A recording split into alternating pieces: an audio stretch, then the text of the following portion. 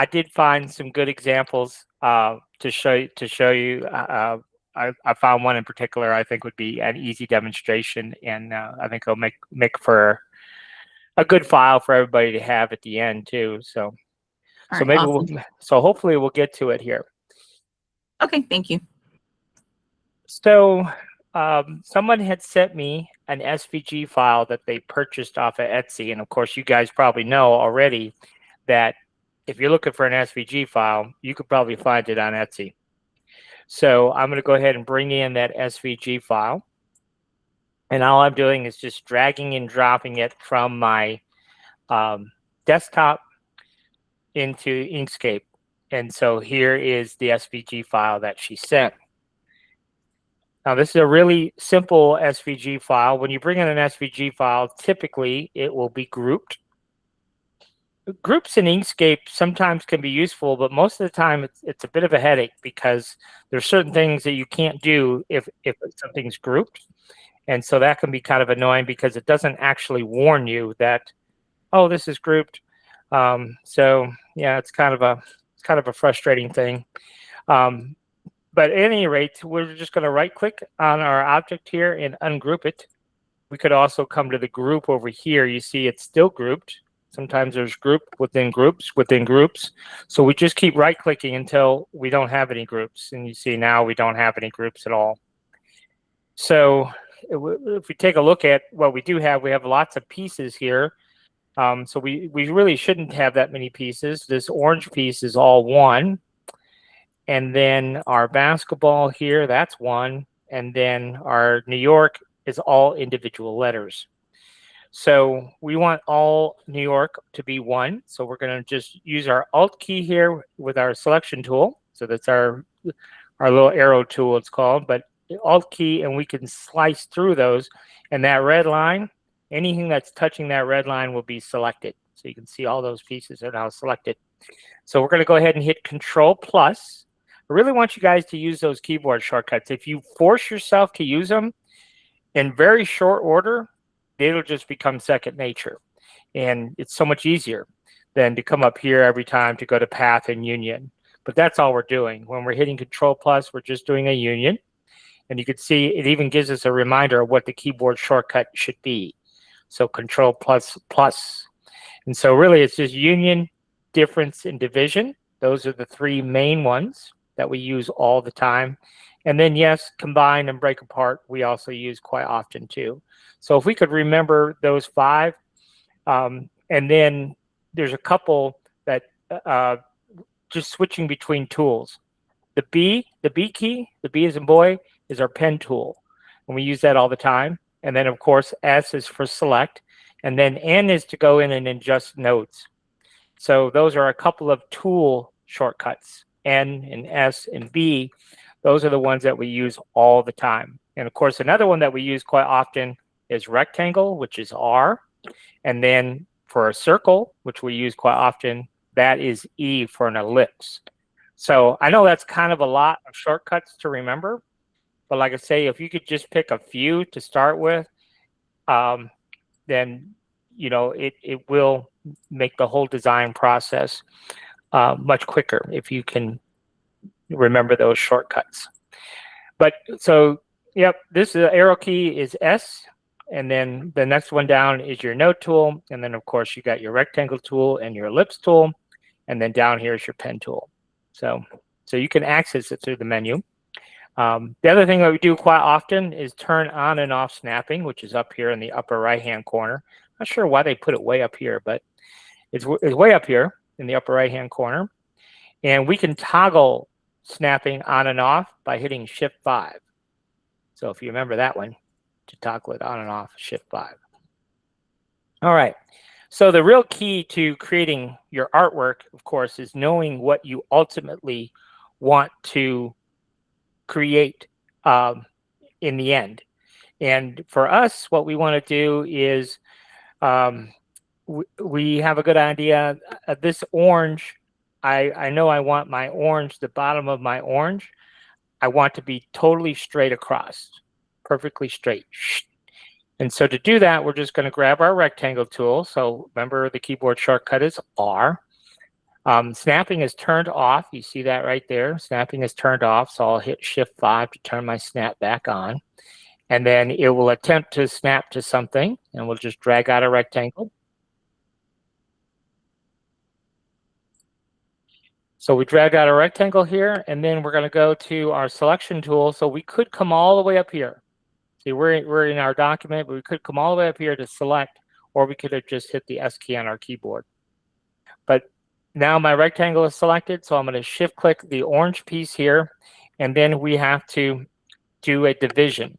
So we're going to subtract.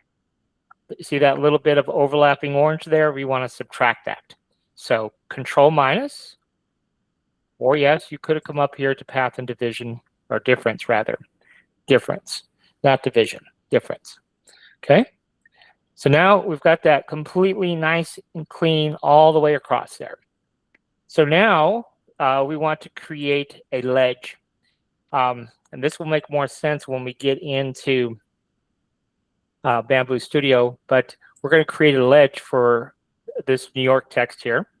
And so we're going to go ahead and duplicate this. So we can right click and choose duplicate. You can also use a keyboard shortcut of Control D. And so now we have 2 New Yorks. You see that there? We have 2 of them. So we'll go to the bottom one and we'll just give it a different color. Doesn't matter really what color. I usually pick this green color. And then we're going to come up here to path effects. Okay. Now, if you don't see path effects, if you don't see that little icon, it looks like a piece of wheat to me, but it's this little down arrow. We click on that and then you could pick up path effects right there. So we'll click on path effects, and then this down arrow, we can choose what type of path effect we want. And there's a bunch of different ones that we use all the time, but this one in particular is the offset. And we're going to offset it. Now, we don't really know how much. We just have to pick a number and see if we like it. So I usually start with 6. There's no magic there, but if we zoom in here, you can see what 6 gave us. And what we're looking for is an offset that will roughly come to the edge of our orange. Okay, so maybe we'll do 8 instead. So you see now 8 gives us almost right there to the bottom of our orange, and I like that. So there's really no special rhyme or reason to that, but that'll work. So we're going to go to path and choose object to path. And all that does is kind of set the offset. It sets it, takes away that. Now you see there's little areas here. See this little area here? And there's one here, and there's one here. There's these open areas, and I want to get rid of those. So we're going to select our green shape, and we're going to come up here to path and break apart. And then you see some of those dropped out. And then we'll choose path and union. And now we have this. Okay. Now we are going to clean that up a bit more. So we have this. I'm going to click on the green here. You can see we have this kind of weird spiky thing. So we'll just go ahead and select those and delete them. When I double click on that green, that will automatically take me into my node tool. So that's why we can come in here and do our node edits. And I'm just going to go ahead and select all of those nodes right there. And so what we're trying to do is get to a perfectly straight line up top. That's what our mission is. Perfectly straight across the top there. So then we'll come over here and we can delete all of these nodes. We can delete this one right here. And we'll just maybe just stop right there. Okay. Now the bottom, I kind of like, you'll see when we get over to Bambu, I kind of like the fact that it's kind of has these little indentations and it's not like just a square. But there's a couple of things that I want to do here yet. So firstly, we've got this issue right here. So what I'm going to do is just grab my rectangle tool and just click and drag out a rectangle. Now this has a stroke applied to it. So to get rid of our stroke, we're just going to shift click the red X down here in the lower left.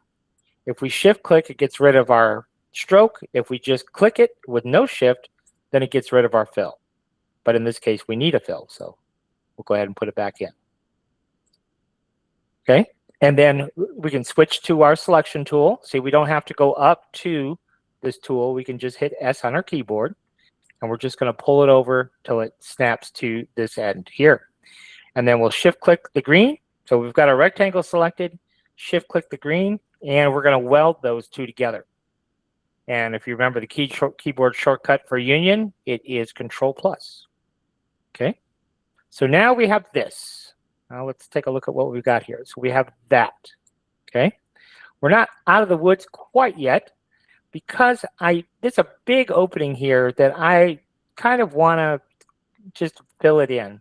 So what we're going to do here is you're going to go back to our rectangle tool, and we're just going to do this. So we're just going to make a rectangle like this, and then hit the S key and snap it to the skyline here, and that's it.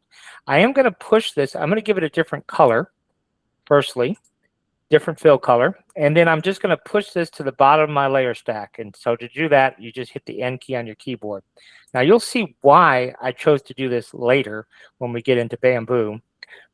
But I just want to point that out, and you'll be like, "Oh, well, we could do that." Yeah, we can do different things like this. So now, what we need to do is we need to go ahead and create the outside of our lamp, and we're only going to be doing that on the skyline and the basketball. So we're just going to select these two parts, and then we're going to have to group them together, because what we need to do is we need to apply an offset, and we don't want to apply an offset individually to each piece. So we group it together first, and the way you can do that is a couple of different ways. You can select your shapes and then just hover over one and right click and group. That'd be one way to do it. Or you can use your keyboard shortcut of Control G. G as in George, and that will create a group. So then what we got to do is we got to duplicate the group. So remember we did that before, where we right click and duplicate, or you could hit Control D as in dog. And then we're going to grab the lower group here and just give it a color. Like I said, usually I do like this green color. And then we're going to go back to our offset. Now, if you remember from previously, I believe that offset was 10 is what we used previously. So let's go ahead and do that. And by the way, if we offset to the outside, we enter positive values. If we offset to the inside, we enter negative values. And if we look down here, you could see that looks pretty good. This width is roughly the same as this width. So that's okay. So I'll be happy with that. So I do need to go to Path and Object to Path. Now we created a group when we did the offset, so we still have that group. So we have to apply the offset before we ungroup. But now we need to ungroup. So let's go ahead and right click and ungroup, because I need to weld those two together, but I couldn't do it when it was still a group. So the keyboard shortcut, just as a reminder for union, is Control plus. Of course, we could go up here to Path and Union. Okay. And then we need to break it apart. So to break it apart, I don't think we use that keyboard shortcut yet. But to combine is Control K. And then to break apart is Shift Control K. Okay, so all those interior pieces, let me undo that just so we can see that a little bit better. But you see all those interior pieces, we need to get rid of those. And to do that, the easiest way is to Shift Control K. That's break apart. Okay, now you see I've grabbed the group up here. So which I didn't want to do. I want that piece right there. Shift Control K. There you go. So now all those drop out, and then we can go back into Path and Union, or you can just hit Control plus. So now you've got that back in. Now on this side, you can see it doesn't quite mesh into exactly where we want this piece. You know, we've got this little step here, and I don't really like that. And we have the same situation on this side. We have that little step there. But if I double click on this green, you can see we have this little deal here. So we can just literally just delete that. and we can kind of fine tune exactly how we want this to look. Now you can see I don't have any transformation handles, but if I turn those on, sometimes those get in the way. They're really annoying, but we can pull out our transformation handles and just kind of finesse that a little bit. So sometimes what I'll do is I'll just double click to add a node, and then I'll just delete this one, and then the software will kind of smooth it out for us. And if we don't like exactly what it did, then we can fine tune with our control handles. But now that will kind of dive in a little bit better there. And we'll do the same thing on this side. So we're just going to double click here, and we're just going to imagine where that would come down, and just double click and add a node, and then we'll just delete that one. Okay, and then we can add a node up here, and then we'll just delete this one. Like I said, it kind of smooths it out for us, and then if we don't like it, we can just use our transformation handles to kind of perfect it a little bit. Now you see this right here. There's a little step right here, and then over here, there's an additional little step. I don't want that, so I'm just being nitpicky here.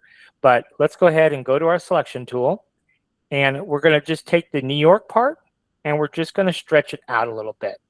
So we don't have to stretch it much, but we're just going to literally stretch it out till it snaps there, and stretch it out till it snaps there. Now, if we really wanted to, we stretched it out. If we really wanted to, we could stretch it a little bit in the vertical direction too, if we're being real picky. But to me, it's not that big a deal. We turn off snapping. And you'll see how all this comes together when we get over to Bambu. But that's basically all the artwork part of the lamp here. So we're going to go ahead and ungroup it. And then let's go ahead and hit File and Save. And let's go to the desktop here, and we're just going to save it as NY lamp. Okay, so there's NY lamp. So now what we want to do is maybe we want to do something different. So maybe we want this to be like a gift basket. All right. So let me just show you what we would do differently if this is going to be a gift basket. So let's go ahead and select all the artwork, and let's just duplicate it. Kia, you can give this to your sister, and she can put it on our website and sell it. Or put it on your own website and sell it when we get done. Kia's sister I did this lamp for Kia's sister earlier, I think today or yesterday, but anyhow, she did a really neat AI mock-up of it. It turned out really nice. All right, so if we're going to do, so now we're going to do something very similar, but in this case, we're going to be doing just like a gift basket, something that would sit on the table and you put treats in or flowers or whatever, right? So the bottom part of New York, that all stays the same. This piece stays the same. The only thing that really changes is our circle. So we have to kind of use our imagination how this is going to be finished in the end. So we're going to take this, tell you what, let's do this. Let's turn that off. And let's turn this off. This might be a little bit easier to visualize. Let's give this green a different color so we can visualize this. And so this is kind of how this would go together. Right there where New York is, we're going to need a bottom to our basket, number one. We're going to need a bottom to our basket. So I am just going to go ahead and add a piece. So we're just going to go to our rectangle tool, and we'll turn on snapping. And then right here at the bottom, we'll just add a rectangle. And we'll come all the way over to that point right there. And let's give it a different color just so we can differentiate this a little bit. All right, so that's phase one. So now the blue circle, we're going to have to duplicate because we need to do something with it. So let's go ahead and duplicate it. We can right click and just choose duplicate, or we can use our keyboard shortcut of Control D. And now we have to offset this inside a little bit. So I would recommend 2 millimeters. So, but you could go bigger if you wanted to. So we're going to go back to Path Effects and offset. And we're going to offset. Now this time we're going to offset 2 millimeters, but we're going to offset to the inside. So we have to enter it as a negative value. And can't see anything because we didn't give it a different color. So let's give it a different color. And now you can see that we did offset 2 millimeters, but look at how tiny that is. So that's not going to work. So what we have to do that we haven't done yet is for the lamp, we didn't need to worry about it, but for this we do. This has to be to its finished size. So this has to be scaled to the actual size we're going to print it. So we're going to go ahead and select everything, and then let's just resize it. So in this case, we have our lock. So when we change the width, we're also going to change the height, and we're going to set that to 240. On my Bambu A1 printer, the bed is 256 by 256. So I typically make everything 240. Give a little bit of wiggle room. All right. So now we have this, and now we can go ahead and offset this. So we're going to offset this 2 millimeters. So we will just do -2 again. And now when we give it a color, now you'll be able to see that a little bit better there. Okay, so now what we need to do here, and this is the part that can be confusing because you have to visualize it before we actually do it. What I need is the sides of my basket. We have the bottom piece here, but now I need the sides of my basket. And so what we have to do is this blue piece, we'll go ahead and duplicate the blue piece, and then we're going to just hit the N key on our keyboard, and that will push it to the bottom of the layer stack. Okay. Then what we're going to do is we're going to take this orange piece, and then we're going to shift click this blue piece, and we're going to cut a hole. So we're going to go ahead and hit Control minus, and that cuts a hole. Now we have blue on blue, so we can't see blue on blue. So just give it any color but blue, and now you can see what we've got going on here. But let's go back to our layers palette here, and let's get rid of this outline of our basketball. Let's get rid of this outline of the city, and maybe even just go ahead and we'll turn off New York here and stuff. And then we'll go ahead and select this one and turn those off too, because I just want you to be able to see what's actually going to transpire here a little bit better. So you see that connection right there is good. What do we got going on over here? That connection is good. So you just have to visualize that this is going to become basket. Okay.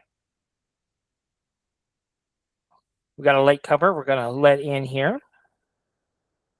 So let me. All right, I guess we got that done. All right. So now what we're going to do is we're going to make this a basket. So we're just going to come in here with our rectangle tool. So we hit R and just drag us out a rectangle. Okay. And something about like so, I think will work fine. So now this becomes our basket.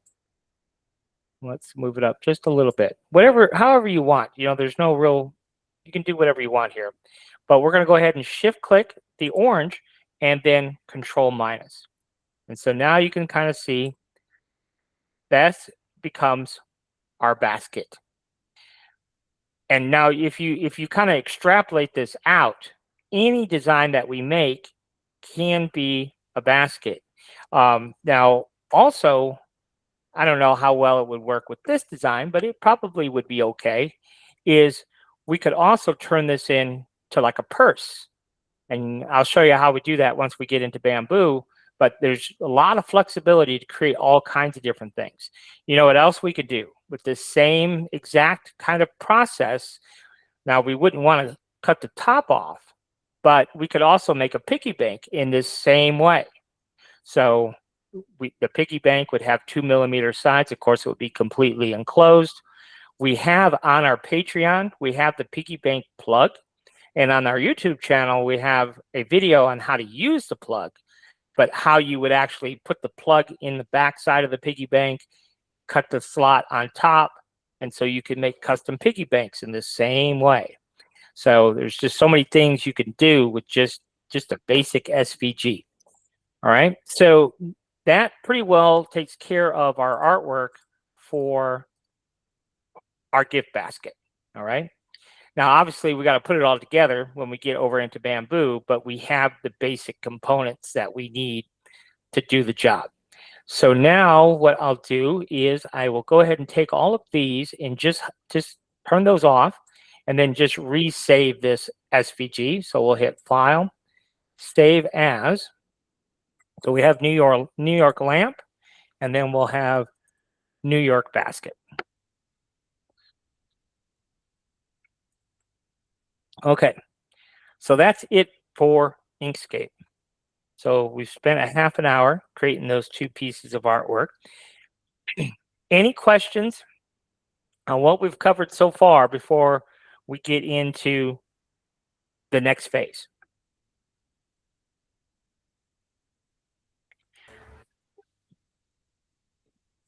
I am going to do one thing extra because I just like to be extra. And we might as well. We might as well do it. We're trying to think outside the box and think about different ways of doing things. I want to show you something that we can do here with this New York text. It's going to be a little bit confusing because it's all part of being able to visualize, how we're actually going to print this thing. But what I want to do is something kind of special down here. So what we're going to do here, we have this green piece, okay? I need that green piece just the way it is, but I need another green piece to do something a little bit special with. So what we're going to do is we're going to duplicate this green piece and we're going to shove it to the bottom of our layer stack. So we know we have to hit the N key on our keyboard. That pushes it down. And then I'm going to take my New York text and I'm going to duplicate that. So we're just going to go ahead and hit Control D this time, or you could right click and choose duplicate. But now we have the New York text selected, the duplicate one, and we're going to shift click on our green piece here, and we're going to cut a hole. So Control minus, okay? So now if I take that duplicated green piece, this is what we got, okay? Now you may be wondering why I did that, but I'll explain that when we get to over in Bambu. And then what I'm going to do is this New York text, we don't actually need that right now. I'll tell you what, for now, let's just leave it. It might complicate things. Let's just leave it for now, but I'll explain what we're going to do with that a little bit later. So let me go ahead and resave this basket. And now we can go ahead and move over to Bambu Studio if no one has a question on the Inkscape side of things. Actually, I do have a question. I was wondering if there's going to be some kind of shortcut cheat sheet kind of. Is there a list? I can make one of all the, yes, I really should do that anyhow. And something else that I've neglected to do up to this point, and I really need to, is just like a little Inkscape series specific. I've had a lot of people ask, well, just some specific things about Inkscape in general, not so much how to create stuff, but just, how to do certain things in Inkscape, find certain menus and things like that. So I am going to create a few videos of just walking through the interface a little bit, some of the different options that are available in Inkscape, so people have a little bit more background knowledge about Inkscape in general. But I will make a keyboard shortcut key, because there's a bunch of them, but I'll kind of break it down into the ones you really got to know and the ones that would be nice for you to know, because yeah, there's several different things that we haven't got into that would be nice to remember those keyboard shortcuts. So I'll make one and I'll post it. All right, thank you. Yep. Any other questions about Inkscape? Make a printable version, Kev. Yeah, I'll make it a PDF. All right. Yep. I'll post it. Now, I don't know if all of you are Patreon members, but I'll post it over in the Patreon, and it'll be free for everybody. So, all right. So now the fun part begins, and believe it or not, the hard work is done. The hard work is Inkscape, and so I really recommend it. And what I'm going to do is I'm going to post this completed SVG. So you'll get the lamp SVG and you'll get the basket SVG. And what I really recommend people do is take the SVGs and do the Bambu side first. Get that nailed down. So duplicate what we're about to do in Bambu first. And then once you get Bambu nailed down, then come back to Inkscape, because it's a little bit, Inkscape takes a little bit more knowledge, I think, than it will be in Bambu. So let's go ahead and pop over to Bambu and slap this thing together quick. So let's see here. We'll create a new file. So there's our new file. What are we going to need for? I think we got our colors pretty well situated. So let's just dive in here. So we're going to hit Control I. And what we want to do is we want to pull in our lamp. Our lamp is just a little oversized here. So we're going to make it 240. So we'll hit Uniform Scale and we'll make it 240. That's just what I usually do for all my lamps here. Okay. And then over here on the Objects tab, I usually will come in here and I will set the name of all my components. So this, I don't know, we'll just call it square. It's just something that I threw in there. So, and then this is my ball. We'll call it the ball backplate. And then this is probably my NY backplate. So that is the backplate for the New York text. And then that is our New York text. And then we have our skyline. Of course, you wouldn't have to do this, but I think it's a good practice to do it. And our ball. Okay. So then what we want to do, once we get everything named, I like to go through and make the color. So in this case, I don't really want that blue. I don't know what color blue I want. It probably don't matter. Let's go back up here a little bit. Okay, I'll live with that blue. So our ball is going to be blue. So all we have to do is hit the number 4. And that will change the color because that is the 4th filament color. And then our skyline, let's go ahead and make that orange. So filament number 3 is going to be orange. So we'll hit 3 to change our skyline. The New York text is going to be blue. So that will be back to 4. And the backplate here is going to be white. The ball backplate is going to be white. And our square is going to be white.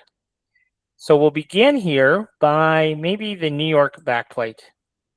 So let's go ahead and spin this around so we could see it. So the New York backplate, I don't know exactly how big it's going to be, but we'll just pick something for now. And so we do not want uniform scale because the only thing we're changing is the height. So in this case, we're going to change the height to 130. Okay. So there it is.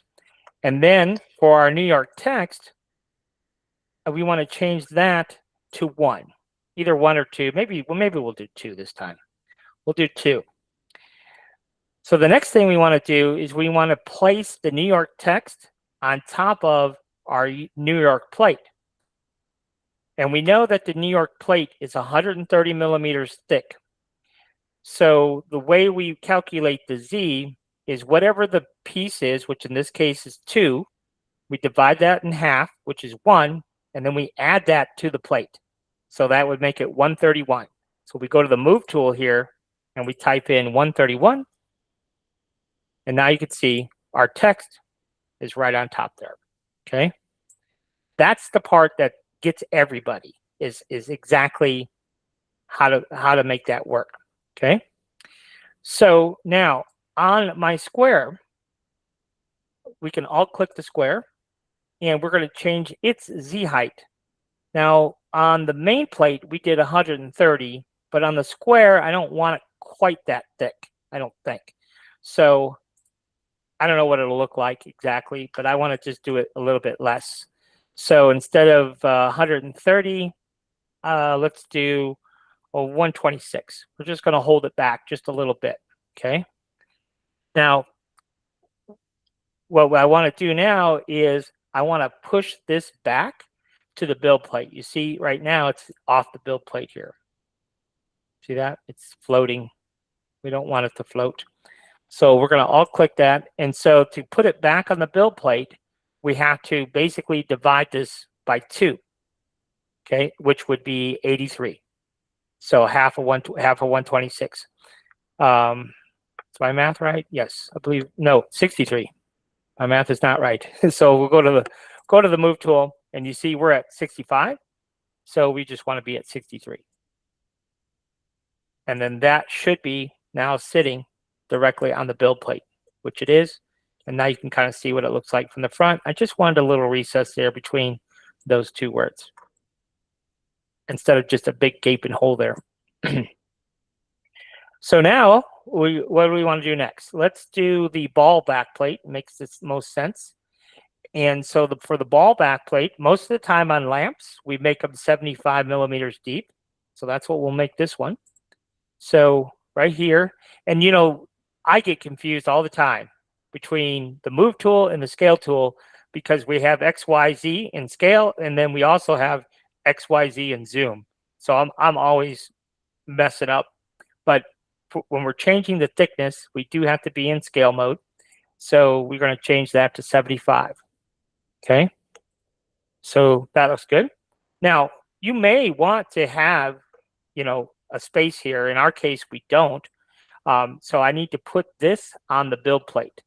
And so the way we do that, of course, is we have to divide 75 into 2, which is 37.5. So for our Z, we have to put in 37.5. And now that is sitting on the build plate. Okay. So when we go to print this, we won't need supports and things like that. That's when you're doing design work, you really have to think about, well, how am I going to print this thing? Because I've seen some amazing models that you can't print, or it would take 5 days to print it, just because of the supports that are going to be generated and things like that. So yeah, I really have to think about, sometimes we have to print things in separate pieces and then glue them together.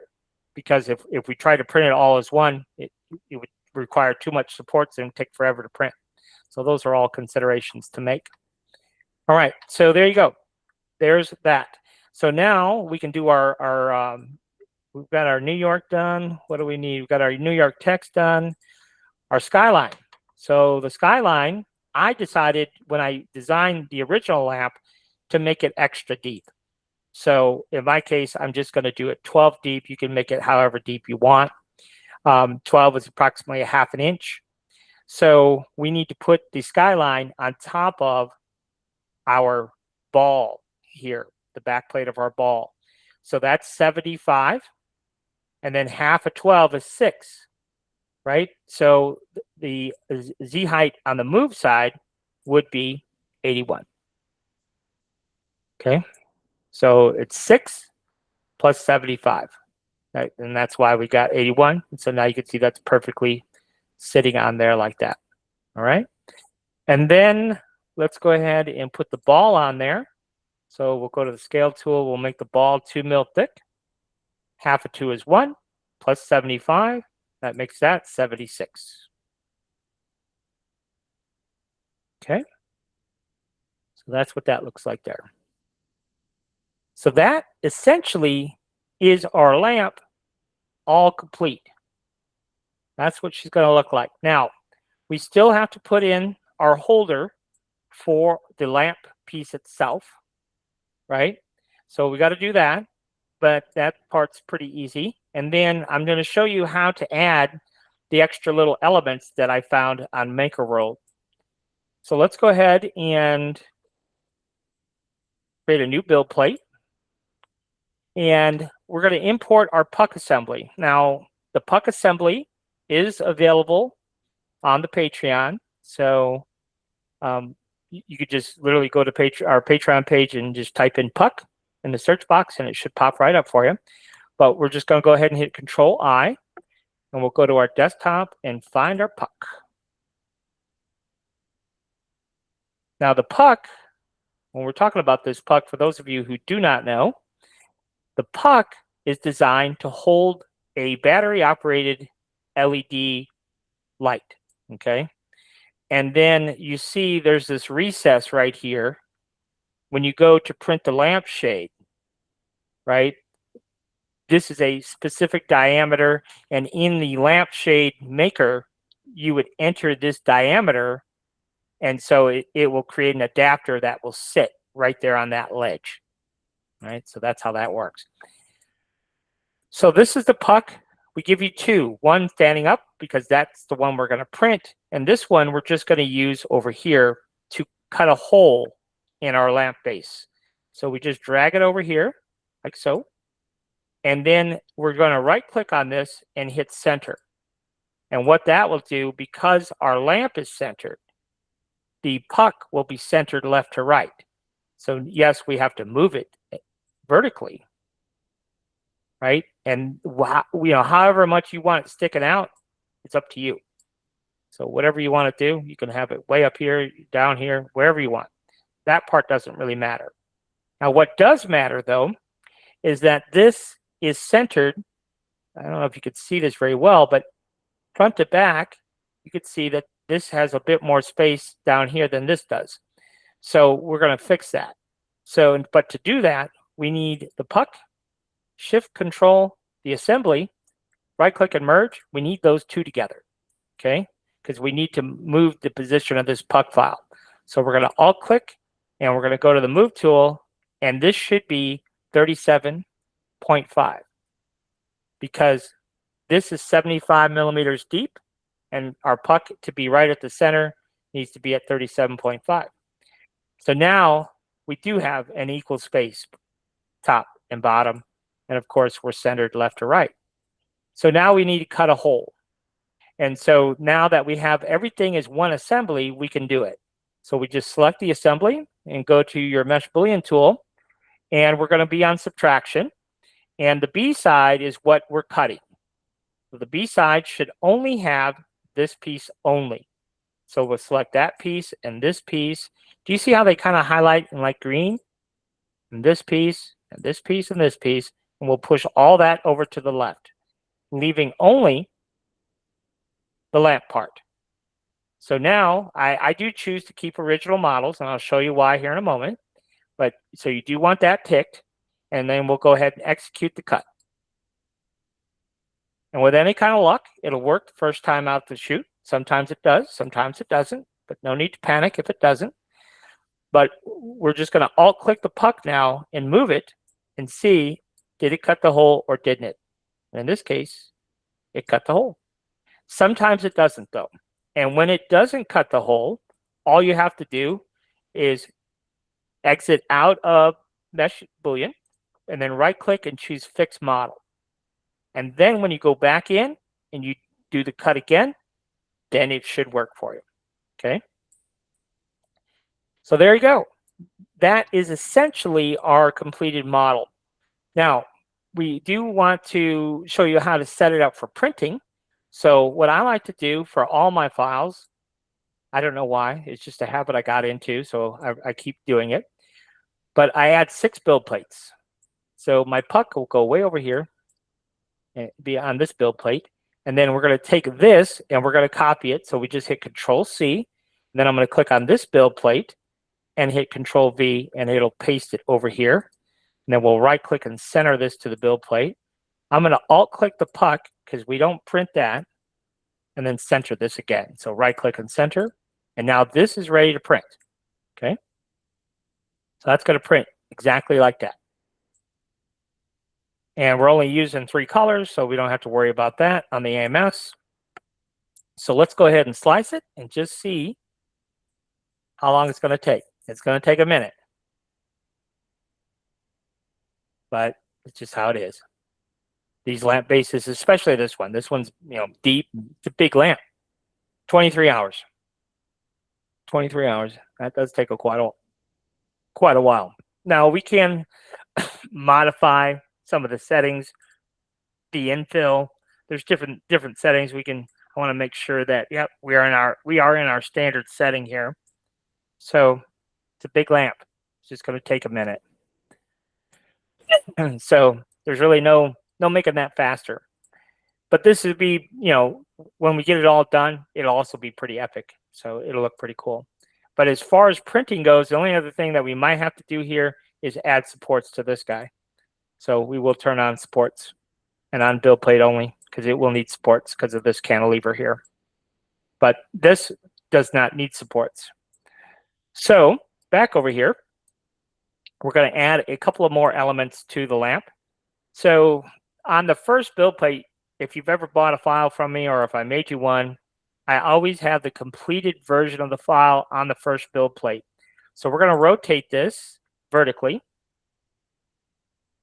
Okay, so there you go. And now we'll start adding some assets. So we've got this little ledge here where we can put some stuff on that ledge. You can put whatever you want, okay? So I think if you were doing this, like as a gift basket, you could put, all kinds of little trinkets or things that they might be into, or their initials, or, you could put their name right on. You could, print their name and put that on there. You could do all kinds of different things. But in this case, we're going to import a couple of assets here. So we're going to hit Control-I. And the first asset we're going to add is a little helmet, a little Yankees helmet. Now it comes in all crooked like this because it's printing this way for no supports, would be my guess. It's going to have some brim, but no supports.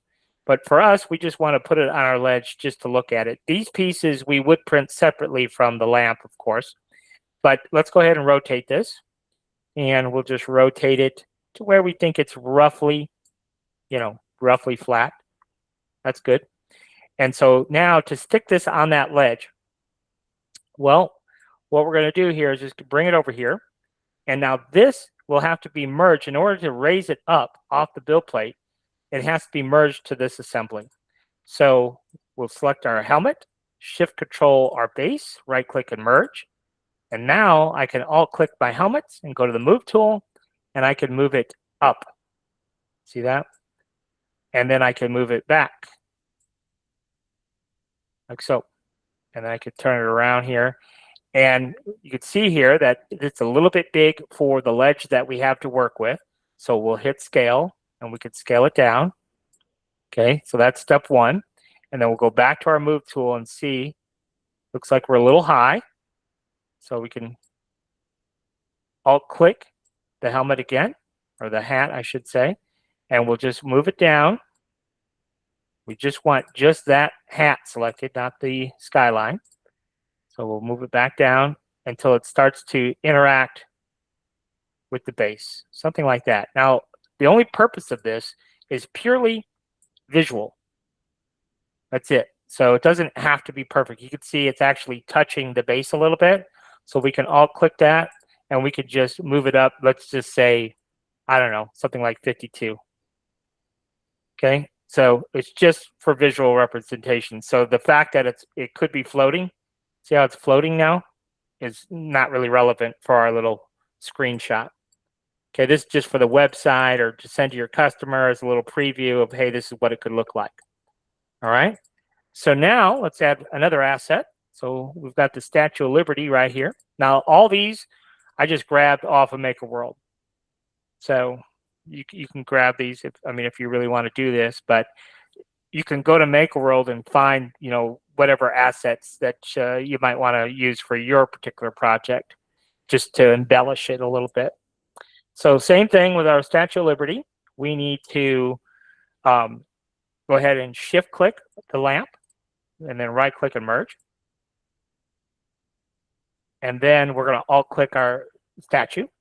And we're probably going to have to make her a little bit smaller, but I am going to rotate it a little bit this way. Okay, whatever you want to do there. And then let's go ahead. I think we are going to have to scale it down to fit on the ledge a little bit, just a little bit. And now that this is merged, we can move it up. So we could just move it in the up direction. And then we can move it in the back direction. And we're just eyeballing it right now, but you could measure how tall this is. And then when you go to move it up, you would know approximately how much to move it up in the Z. Here, we're just eyeballing it. You'll see she's floating in the breeze here, but we can bring her back down to earth. So we'll just, now this one, we can just, again, because it's just for visual, we can actually embed her in there just a little bit. Now we'll go ahead and move it back out. Got a late comer, Arnold. You're a late comer, but there you go. So you see, now we got the Statue of Liberty in there, so we can slide her over just a little bit. There we go. All right, so that's kind of fun. And then I have a hot dog. So let's go ahead and do that. And the reason I selected the hot dog, and I'll show you here in a second, is because this is just another thing that we have to know how to function in our slicer. So this hot dog will come in, but it's, you see here, it's not a very good looking hot dog at the moment. This is a black and white version of our hot dog. And so it doesn't look very good. So we have to know how to paint. Now, generally speaking, I tell you to stay away from the paint tool because I don't like the paint tool. I would rather this model, the hot dog, be separated from the bun, be separated from the mustard, right? But this particular model is not that way. So we have no choice but to paint. So we select our model and come up here and we'll give it a paint job. So that's our paint bucket. And you can see we're missing yellow. So we need to escape out of that because we need some mustard. So let's get some mustard. Now we have mustard. Let's see, I guess we need red too. We don't have no hot dog color. So whatever color you want your hot dog to be, something like that maybe. And now that I think about it, we don't even have a bun. And now keep in mind that the hot dog itself is going to be printed separately. So let's see here. Let's find a tannish color for our bun.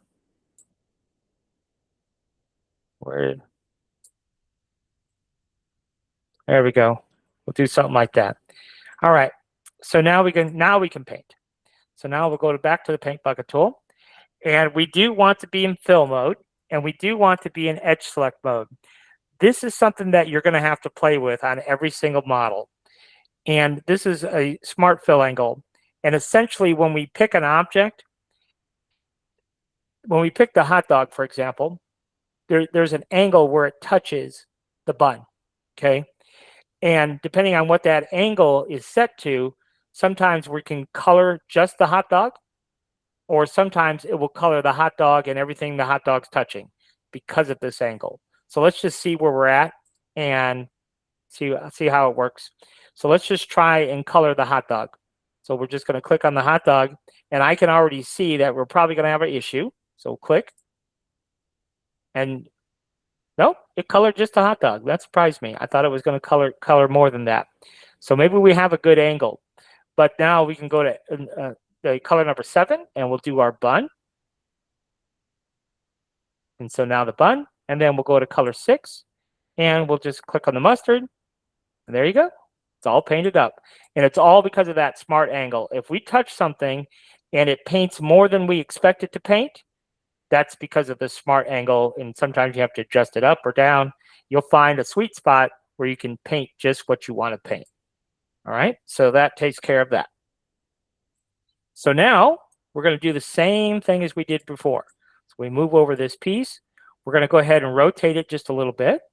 So I'm just going to boop, just like that. Just rotate it a little bit. And now we're going to put the hot dog on top here.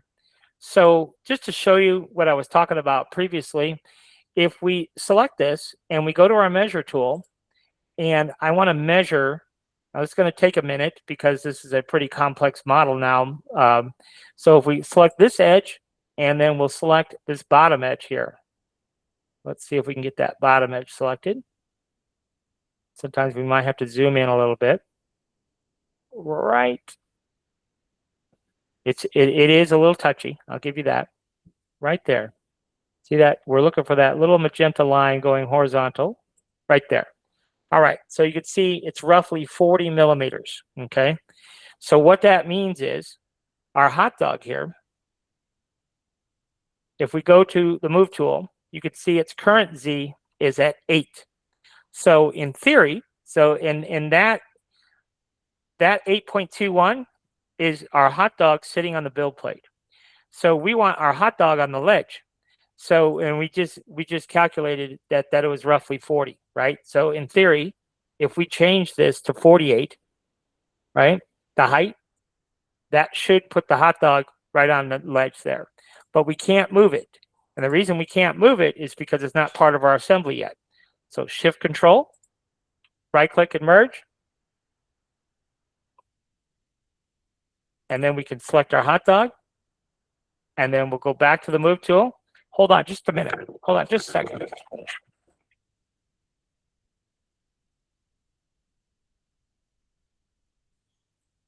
right.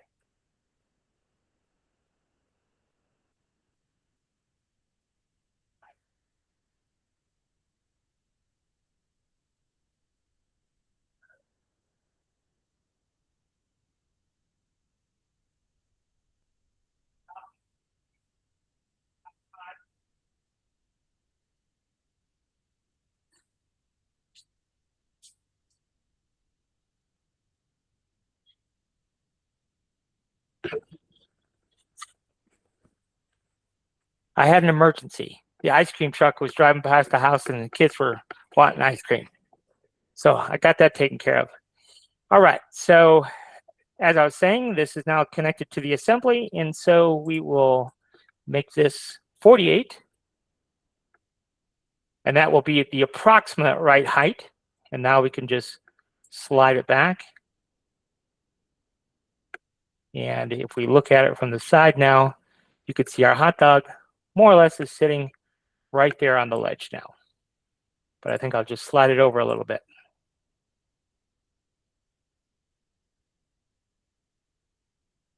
So now we have this all put together, and now we can come in here and get a screenshot of this. Sometimes I will take this and just move it off the build plate and do my screenshot over here so I don't see the grid. You could do that as well, but that's why I leave that one totally complete. And there you go. So this is not hard. I think if you practice a little bit, once you get it down a couple of times, it'll be pretty easy to replicate on just about any design that we do. So let me go ahead and save this. This is the file that you guys are going to get. So we will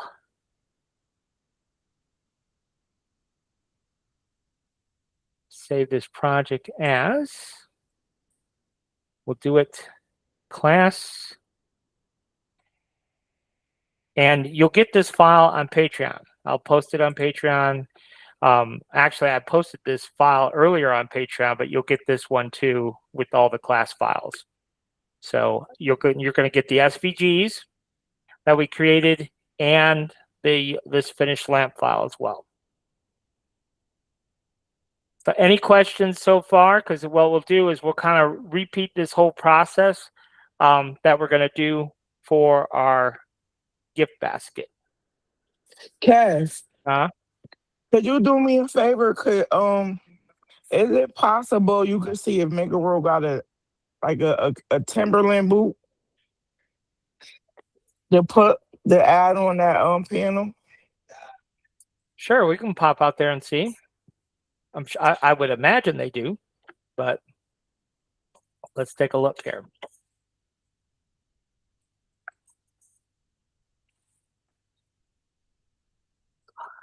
Kids were successful in securing the ice cream.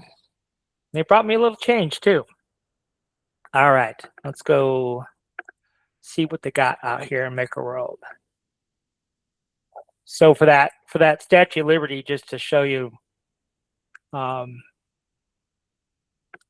could type.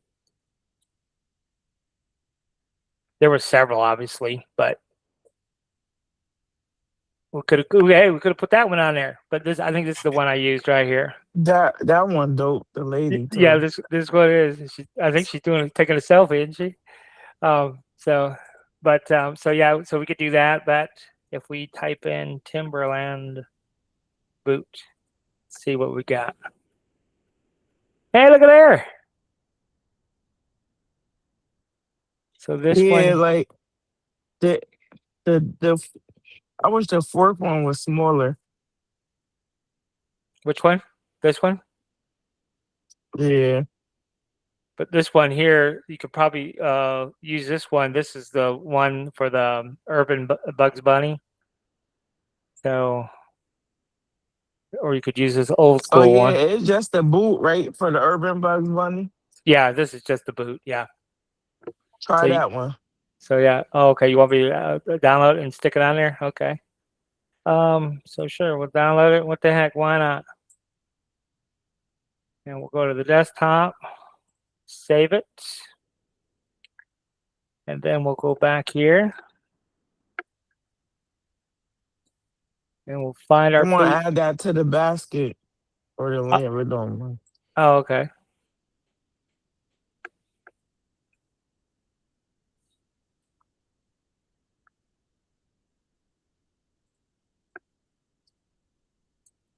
So here again, we they come in kind of funny, and I suspect. Let me look at the objects here. I suspect. Oh, see. So at least we have a couple of parts. So this looks like, what do we got going on here? So we do just have one part. So what that means for us, because we only have one piece, they just made the boot, the left and the right boot separately. So what that tells me is we have to go in and paint it. And you see here this, and hey, this might be a good little project for us too, as long as we're in here learning. So we've got this boot, and for Kia's purpose, obviously she's not going to want that, right? So we can take that off. And if we know what we're doing on our slicer, this will be pretty easy. And we're not going to do it today, but I do want to show you how to make some of these edits like this right here in Blender. To pop that top off right there would be really easy to do.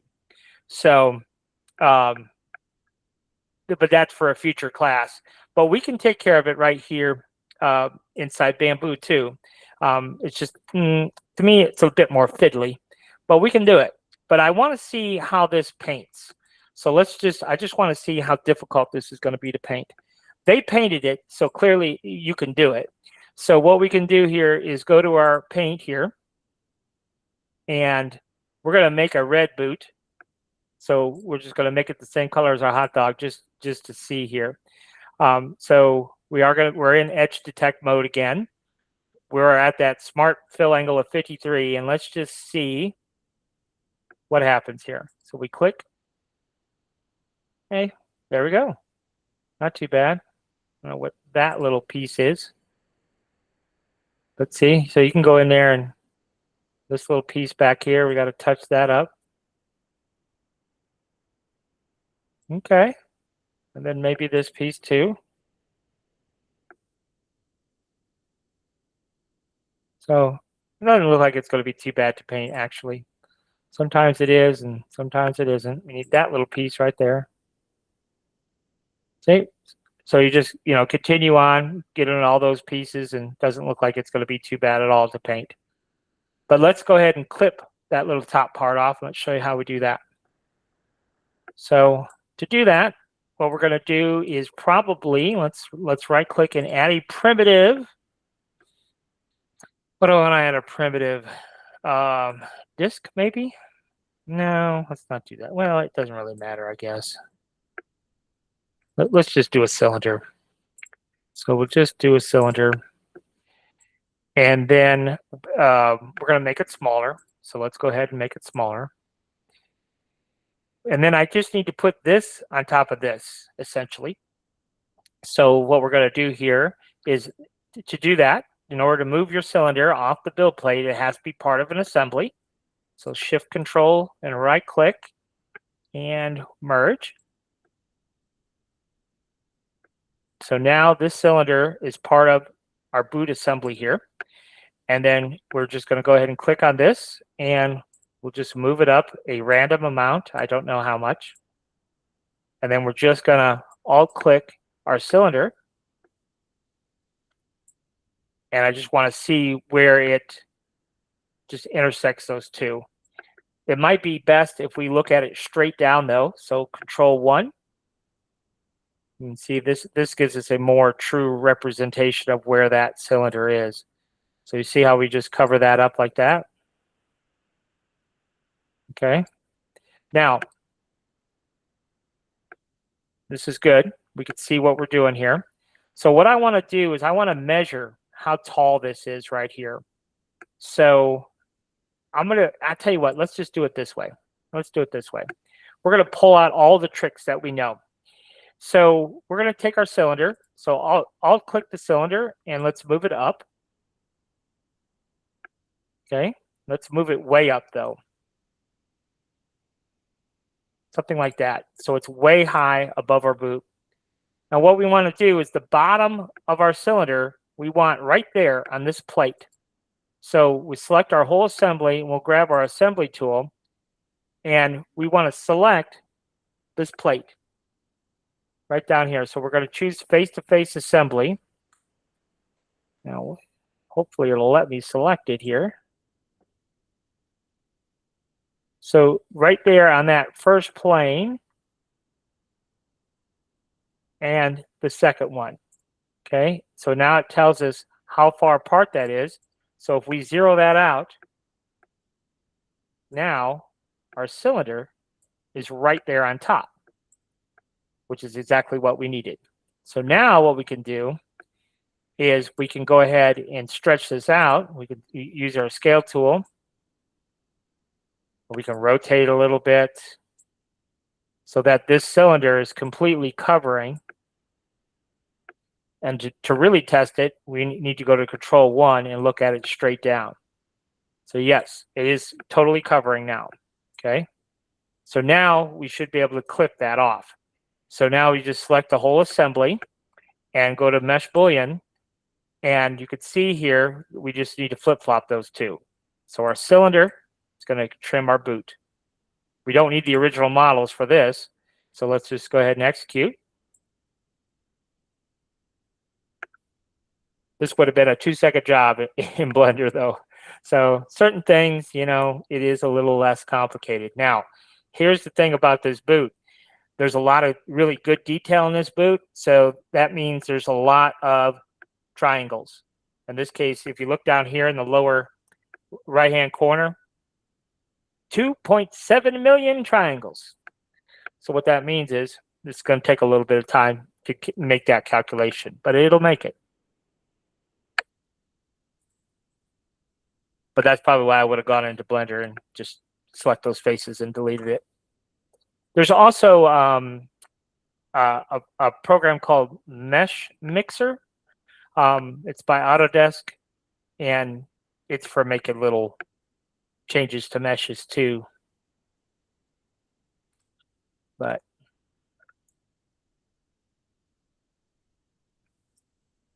So how do you do that, Kev? How you change the mesh? Like if you wanted that boot. well, what we'd have to do, so if we were going to do it in Blender, we'd have to do it in multiple stages. Well, maybe not. Let me go to Maker World and let's see what that boot is. Because when you're dealing with a mesh, you want to download an STL file. So in Blender, we'd have to download an STL file. So let's see here. We'll just download everything. I'll just show Still in you. the bathroom? What's that? I'll show you what it looks like in Blender here while it's still thinking about. Hey, look at there. It finished. But see how the top of the boot is perfectly clean now? The only bad thing about when you do booleans, and this would be true in Blender too, when you do booleans like that, on a painted object, you lose the paint. So now you see we just have a completely black boot, which isn't necessarily terrible, but that is one of the drawbacks. But you can see how it does a good job just cutting that right off. So it's not too- you can't paint it. yeah, you'd have to go back and paint it exactly. So for example, if I just went back in, it's just kind of a bummer that you lost the paint to begin with. But you could just come back in and we'll be in edge detect mode here, and then just go back in and start painting it back together again. So see what I was talking about? We weren't in edge detect mode apparently. We were in this connected same color mode. But yeah, so if I want to go back in and start painting, we're in edge detect mode now, and when we hover over the model, you should be able to click on it. See now it's wanting to paint everything. So that's where you kind of have to go back in and with this smart fill angle, and when you hover over it, it'll highlight it in this little speckled, and you'll be able to see those angles. See, that has different speckles now. So you just have to get it to a certain point where just the piece that you want highlighted is actually going to paint. So it's a little bit of fiddling to do here, but that's how it works. See there what it painted there. So it's kind of a pain to fiddle that, but you get the idea. There you go. There's a fancy boot for you. So yeah. So this is the thing you'll have to play with to get it to paint exactly what you want it to paint. But you can do it. It'll do it. So, but if you wanted to see what I was talking about in Blender real quick, let's see here. It is right here. So this is our STL file. And that we can import into Blender. This has 2.7 million triangles. So there's a lot of pieces. So we'll go ahead and import that STL file. And there's our Timberland boot. So there's our boot. Okay. So if we want to look at the mesh here, so we go into edit mode here, and that will show us the mesh.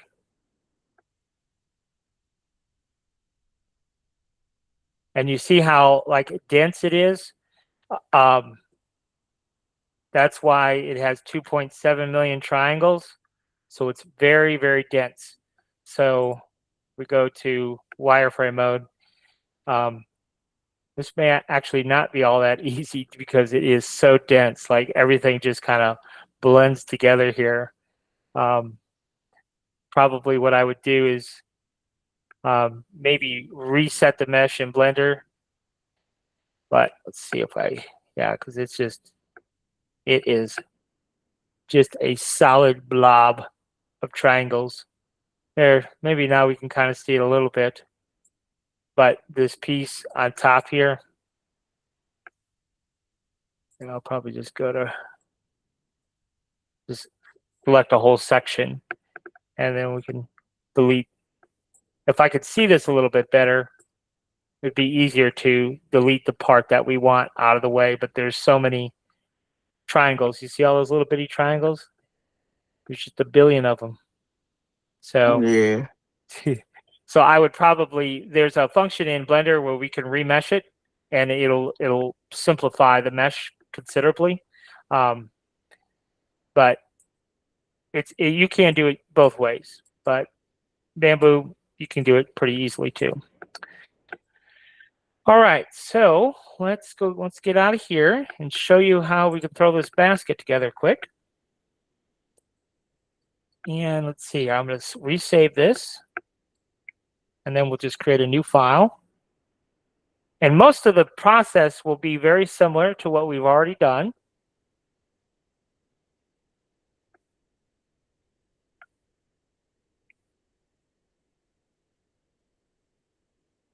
That Statue of Liberty has a lot of triangles in her too. That's a pretty heavy file right there. All right, so new project. So we'll import, Control I, we're going to import the basket this time. Okay. And I don't think I'm going to go through the process of naming everything. I'll just do it on a whim here, save us a little bit of time. So this is our back plate for New York. So we already know that it has to be 130. And then that is our back plate for our baseball.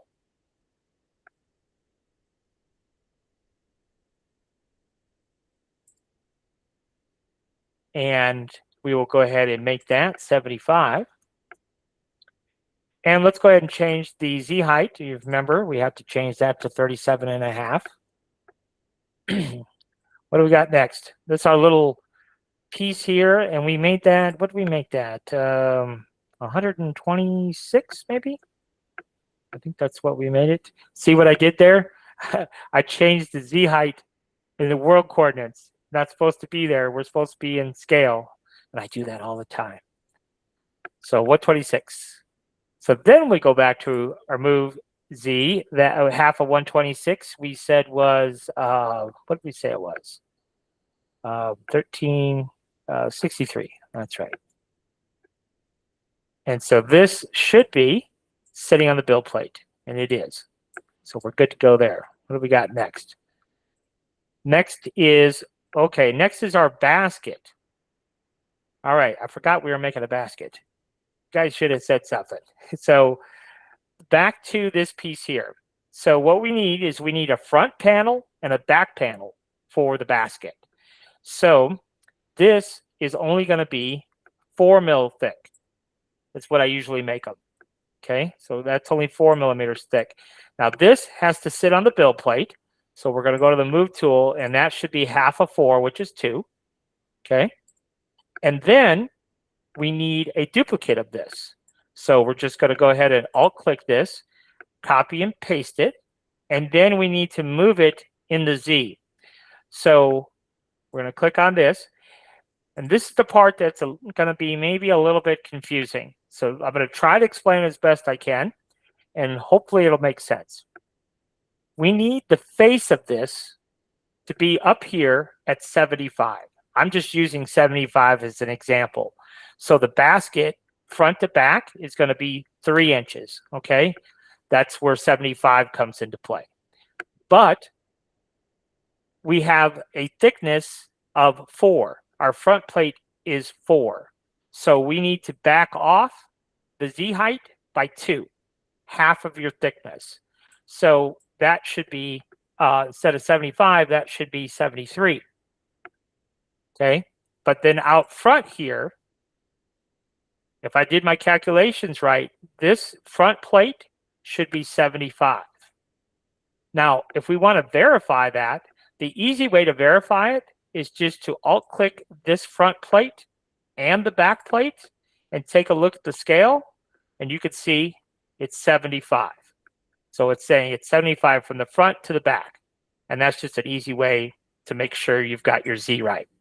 Okay, so that's going to be the thickness of our basket. And so this piece right here,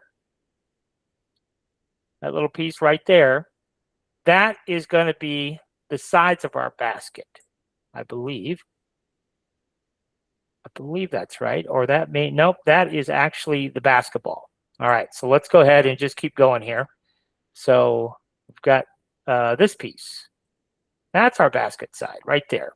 So let's go ahead and make that 75 thick. Okay, now it needs to be at 37.5. You see what it did there? It moved everything.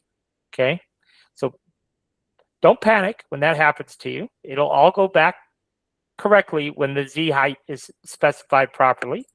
So actually, it does show that already at 37.5.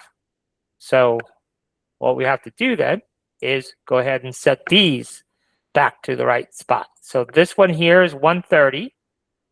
So it shouldn't be at 99. Half of 130 is, let's see, 30 is 15. No. Half of 100 is 50. Half of 30 is 15. So 65. There we go. And then we know that this one right here needs to be at 63 because we did that already. Right? Yep. So now all that's back on the build plate. Now this one, we got to put it back where it goes, which we know that has to be at 2 to be sitting on the build plate. And then our front plate here, that needs to be, we only have one selected though.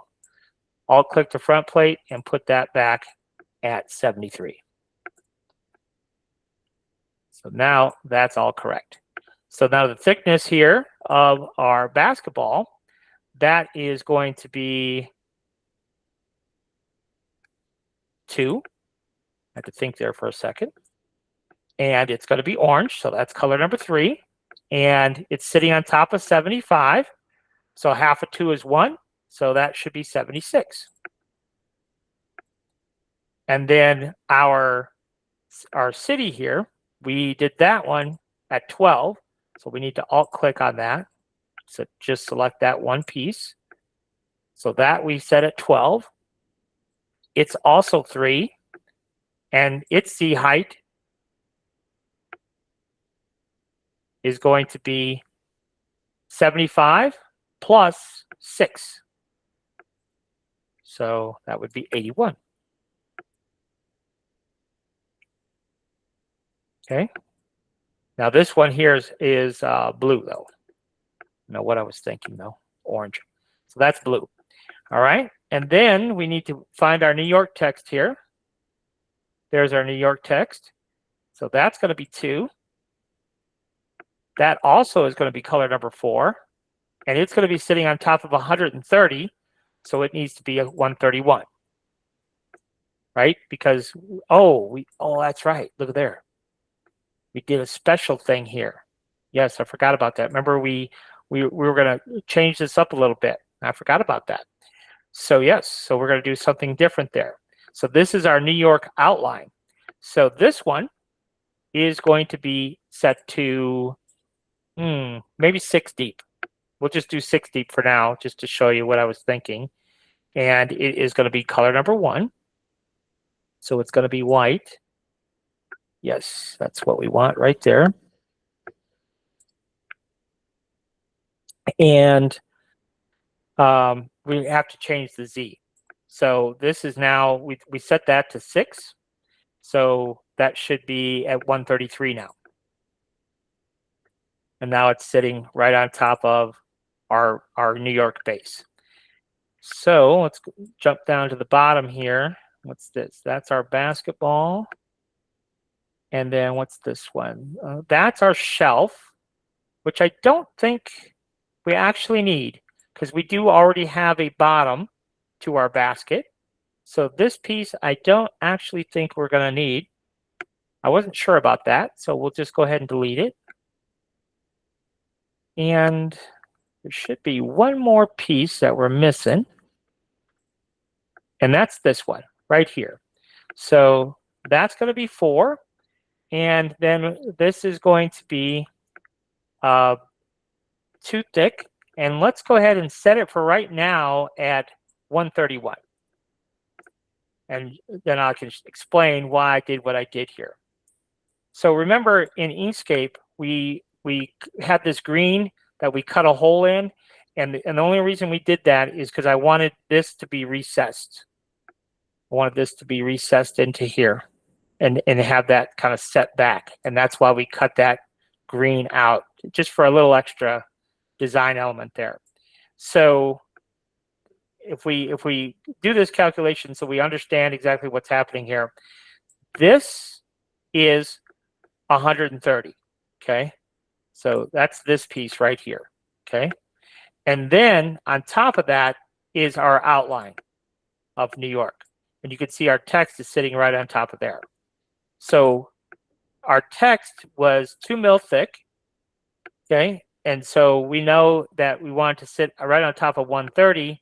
That's why the text height was at 131, because we take half of what we're putting on top. And then this one, I don't think I want recess quite that much. So I'm going to back that off. Instead of 6, I want to do 4. Half of 4 is 2 plus 130. That means this has to be at 132. Okay. So now that is our completed little gift basket. Okay, so imagine if you did something like this for graduation or whatever, you could fill it full of money and snacks and stuff like that. You could do all kinds of stuff with it. And the same thing would apply if you wanted to put the little design elements on front. Obviously, you would do that separately like we did on the lamp.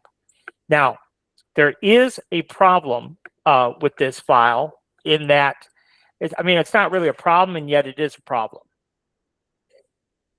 And I want to talk to you a little bit about what we could do to resolve the problem, but it's going to require a little bit of extra work on your part. If we print this just the way it sits, it's going to require supports, and it's going to require a lot of supports on the inside. Okay. Now, if you don't care and you're just going to set it and forget it, I don't think it's a big deal. But what we can do is we can peel off this whole top plate here. We can peel that off and print that separately. And then if we do that, then the rest of it will print without supports. And then we just have to glue this plate back on. So let me just show you how we would go about doing that, setting that up for print if that's what you choose to do. So let's go ahead and do our 6 build plates like I always recommend. We're going to copy, and then we'll select this build plate and paste. And then what we need to do on this first one, we just need to delete the things that we're not printing on this plate. So we're not going to print this. Alt-click. We're not printing this. Alt-click. And we're not printing this. Alt-click, and then I'm just hitting delete. So now we can print this. Nope, no issues. Okay. So we click on this plate here, and we'll slice it. We don't need no supports. You can see it's going to take 11 hours and 59 minutes to print. And you see here it says slice OK. No supports, no nothing. And that's what we get. All right. So that takes care of that. Then what we'll do is copy the original again. I always leave the original. Always leave your original because you never know when you're going to need it. And then we'll paste this over here. And then we just get rid of the things that we don't need. So we don't need this. And we're just alt-clicking. Now, you don't have to. You can alt-click multiple pieces at once. Okay, so you don't have to do it piece by piece. Okay, and then this piece. Okay, so now we have this floating in air. So all we have to do is take this and I usually just nudge it with my arrow keys. And as soon as you do that, boom, falls to the bottom of the build plate. Okay, and then we could center this. So then we just print that separately. So go ahead and print this. Of course, you're going to see it says slice OK, sliced OK. And then we can come over here. And this might be something to consider.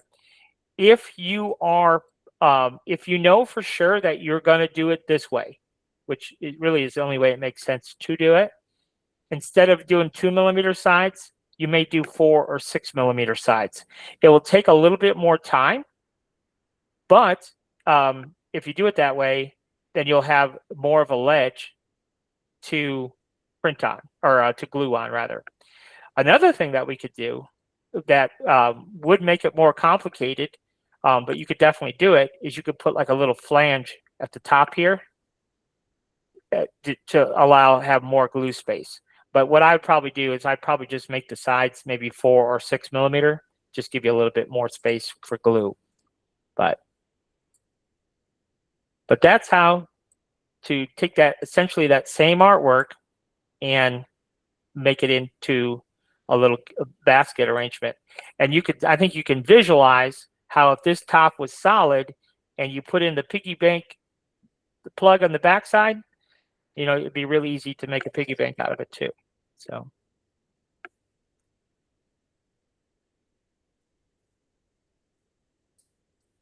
Are you guys still with me? I'm here. All right. So, any questions on what we've got going on so far? I'm going to save this. So we'll call this the class New York basket here. Save. Because what I thought I would do, if you guys want to see it, is kind of show you how to take what we've done so far and make a different basket that someone else requested for a little bowling giveaway, I guess. You got a bowler in the family, want to give a little gift basket too. So I thought I would show you how to do that. Any questions on this one? No. I'm not. All right. That's all right. So let's go ahead and we'll go ahead and start a new project here, but we got to go to InkSscape and we got to start a new project here in InkSscape. I promise you this will be an easy one. But what we have to do is I just went out and found me a graphic that I think might look good for a gift basket. And let me see if I can find it real quick here. Here it is. Okay, so there's the graphic. When you import, there are settings up in the corner there. Is there specific ones we should have them set to No. when you import? No, when I import, I just accept whatever the, that's a good question though. So this here, it's saying the image, we're going to embed it. The image DPI, we get it from the file, and rendering mode, nothing. But no, these are the kind of the defaults.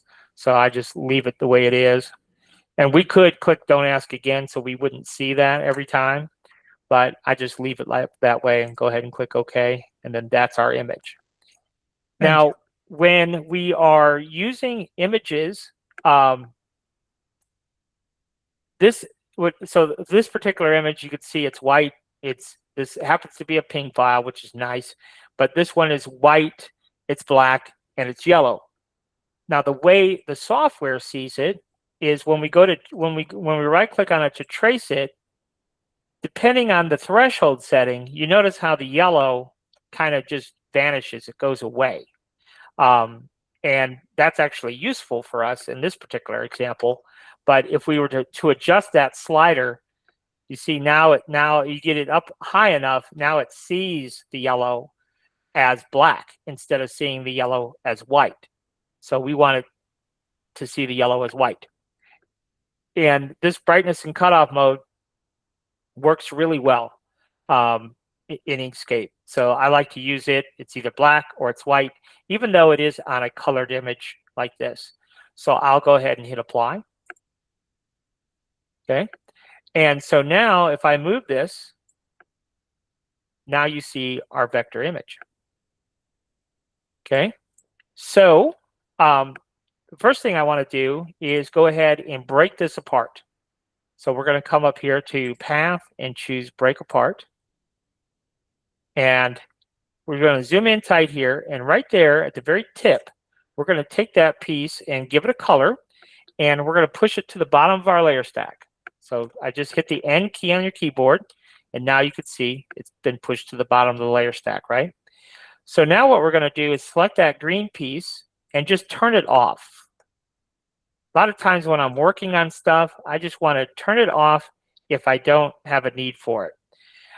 So now what I want to do is, remember the stars were all yellow, right? So what we're going to do is with our selection tool, so that's the arrow tool here, we're just going to use the Alt key and we're going to swipe through just like this. Okay? And you can see a bunch of pieces were now selected, and I can change those pieces to yellow. Now I'm going to go ahead and hit Control+ to put all those yellow pieces into one piece.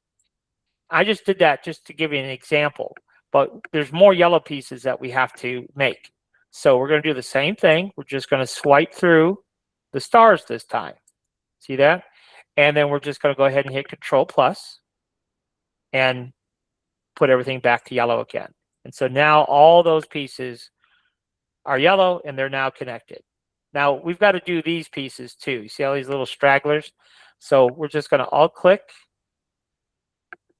right? And then hit Control plus. Then we'll come back out and we'll move on to the next group. Right click and alt click rather, and then go ahead and hit Control plus. This little piece here technically is supposed to be yellow. We'll just delete it. Don't need it. This piece here, we'll leave. These little pieces are supposed to be yellow. So we'll come here. See that little tiny piece right there? We'll get it. And we'll get the yellow here. And we'll come down here and we'll get all of this while we're here. Okay? And hit Control plus. I missed one. So let's grab that. Control plus. See how it's so much quicker to use your keyboard shortcut and then come way up here and do it all the time? Way quicker. I'm not sure if we need this piece or not, but I'll leave it for now. So now, essentially, we've accomplished what I was looking to accomplish. So now, let's go ahead and turn this back on here. And now you can kind of see what we've got going on here. Now, what I really want to do, I think, is, let's go back and look over here. So you see this right here. I think what I would like to do is I'd like to have those pieces in red. And that's just going to make life harder on us. But I think it's worth it. So let me just show you how we would. I'm just going to do one in this demonstration. And then when I'll go back through and finish the rest. Okay. But I'll just do one just in an effort to save a little bit of time. So this back piece, let's go ahead and turn it off for a moment. And then let's take our yellow piece and turn it off for a moment. And then let's just go ahead and take everything that's left and put it together. Control plus for right now. So now we have all of our bowling pins. Okay. And let's go ahead and make them white. I think it might be easier to visualize. And then let's just go ahead and grab a big rectangle here. And we'll make it red. And we're going to send it to the bottom of our layer stack. So this is kind of what we're after. Okay, just so you can visualize this a little bit better. So this is what we're after. We want this area right here to be red. So like I said, I'm just going to do this one example here, and maybe this will make sense. Maybe it won't. But what we're going to do here, and I just put this red piece behind here just to help you visualize it. We're not actually using this red piece for anything. So we're going to grab our pen tool, and we're going to go ahead and click right here at the corner where it should be red. And come down here, and come over here, and come up here, and let's go way up here, and then we'll come right back to this corner, and down to here. Okay. Now we don't want this to be filled, so we'll left click on that, or the red X here, and then we'll shift click like green. Let's shift click green. So now you see we have this stroke, right? So what we want to do here is we want to grab our node tool, and I'm just going to pull this in just like that. So see how I just pulled that in? There's nothing special about what I just did there. I just pulled it in. Okay. And now what we're going to do is we're going to go ahead and let's give it like magenta. We're going to give it a totally different color just so I can hit this point home. So we've done that. And then what we're going to do is we're going to shift click because this has a stroke. And we don't want a stroke right now. So we're going to shift click to get rid of the stroke. Okay. Then what we're going to do is we're going to duplicate the pins. Ta-da! You see what we've got there? We've got more or less what we're looking for. Let me delete the red here just so you can see this a little bit better. Now, if I double click this, remember that geometry is still hiding behind there. So we need to trim this. Okay. So we have 2 copies of our bowling pin, and then all we're going to do is shift click, and if you remember the earlier shortcut to trim is Control minus, and remember trim is path and difference. Okay, So now we have just this piece perfectly sized for our little red stripe for our bowling pin. Okay. So literally anyone can do that, right? Let me go and just do one more just to hit home the point, and then we'll move on. And like I said, I'll come back in and I'll do all of them. But so back to our pen tool, we're going to go where we think red should be, come down here, come up here where we think red should be, connect this one, zoom in tight here. We're going to go right there, something like that. We're going to come up here, come over here, and come back down here. I promise I'm not using no trickery. So we do not want any fill. So shift click or just left click, no fill, but then shift click to add a stroke, and then our node tool. Remember, the N is our node. We're just going to pull that in, and I'm just clicking right here in the middle and pulling that right in. That's it. That's all I'm doing. And then we can go ahead and duplicate our bowling pin. But well, actually, we have to give this a fill. Shift click so there's no stroke. Then we'll duplicate our bowling pin. So we're going to just hit Control D, and then shift click the magenta, Control minus, make it red. See? And we just have just the red piece where we need it. And so on and so forth until we did all of our pins. But, you know, just a few minutes time, we can have all of our red stripes that way. So when you say shift click, you're holding shift and then you're just clicking your mouse in anywhere on the screen, or you have to shift click in the color boxes? Yeah, I'll go ahead and just do one more just to this one's going to be a little bit more challenging because it's got a couple more, but we'll just do one more, and I'll make it a point to make it a little bit more clear. So we'll come in here and click where we think red should be, click, and then click right here at the point, and we'll click at this one, and then we'll go ahead and come up here and click, click, click, and click. Okay, so no fill, shift click on one of these colors. That will give us our stroke, and then we'll switch back to our node tool and just bend that in. This one, I don't think we really have to do much over here. That's pretty well like it should be, I guess. I guess you could come in, maybe make it a little bit curved if you wanted to. It wouldn't be much. All right, so then we're going to get rid of our stroke. So shift click to get rid of our stroke, but we do want red. Okay, and then we're going to duplicate our bowling pins again. And then this is where we were talking about the shift. So we're going to select the bowling pin. That's our cutter. Okay, and then we have to shift click on whatever it is we want cut, which in this case is the red. And you'll watch over here as I click. So I'm holding my shift key and clicking. Now you see that secondary piece was highlighted, and now we know we can cut. Your cutter always has to be on top. So now when we hit Control minus, that cuts it back. And now we have our red piece there. Now you can see here, this is actually overhung a little bit there. So if we want to be real nitpicky, just pull it out. So we can, actually, I guess we'll have to modify our red piece here. So we could just select our red piece and just double click to add a node. And then we could just bring it back if we really want it to be real nitpicky, we can have it. Let's see here.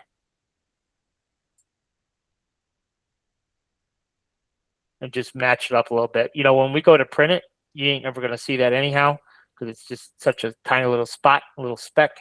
You won't see it anyhow. But that's how to get all of our little red pieces. We'd have to repeat the process on the last 4 pins. But like I said, I will go back and do that for you. So it's all perfect. But now we have basically the basis of what we need for our bowling pin basket, except we're going to do something a little bit different. Now this piece is going to be black, so let's go ahead and make it black so we can visualize it a little bit better. And then this is what I want it to be black, our back plate here. So let's see here. There we go. So that piece is going to be black.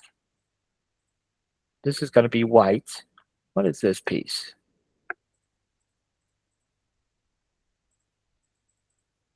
Oh, it's locked. It's like, what's happening here? I accidentally clicked on the lock. Didn't mean to do that. All right, so that's what it's going to look like. But what we're going to do is this back plate, we're going to go ahead and duplicate it, and we're going to do an offset. So we're going to come up here to offset, and I don't know how much offset we're going to need, but I'm going to start at like maybe 10. So we'll try 10, see what that gives us. I know what I'm looking for.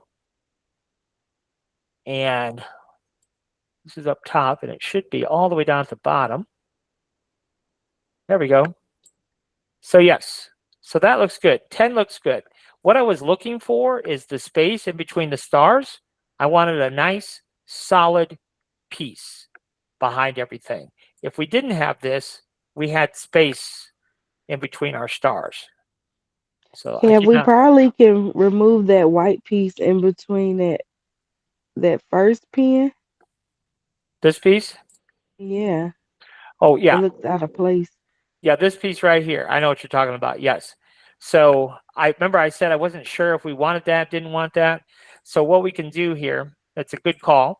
So what we'll have to do is we're just going to break this apart. So we'll do path and break apart, because this piece right here is what we're talking about. So what we want to do is shift click on the black piece and control minus. And so that's how it should look. See how it's that way on these? So we want it that way on this. So we want to do the same thing here. So we'll just go ahead and put in a piece. So we're just going to use our B key for our pen tool, and we'll just click here, click here, click here, here, and here. We're just making it up. And then we're going to go with our node tool, and we'll just bend this a little bit. So you see how we kind of like made our own little piece there? And then we can get rid of this because we don't need that. And I want this to cut a hole in the black. So we'll shift click the black, control minus. And so now we have that same hole in between each one of the pins, and that looks more proper that way.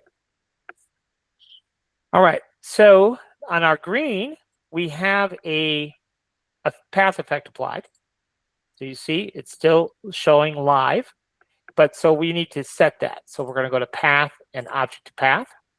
And then what I want to do here at the bottom is I want to just square this off. I don't want this because this is going to sit, it's going to be sitting on a counter or whatever. So we're just going to go with our rectangle tool, and we'll just click and drag all the way over here. And let's see here. Let's go over to here and pull this down a little bit.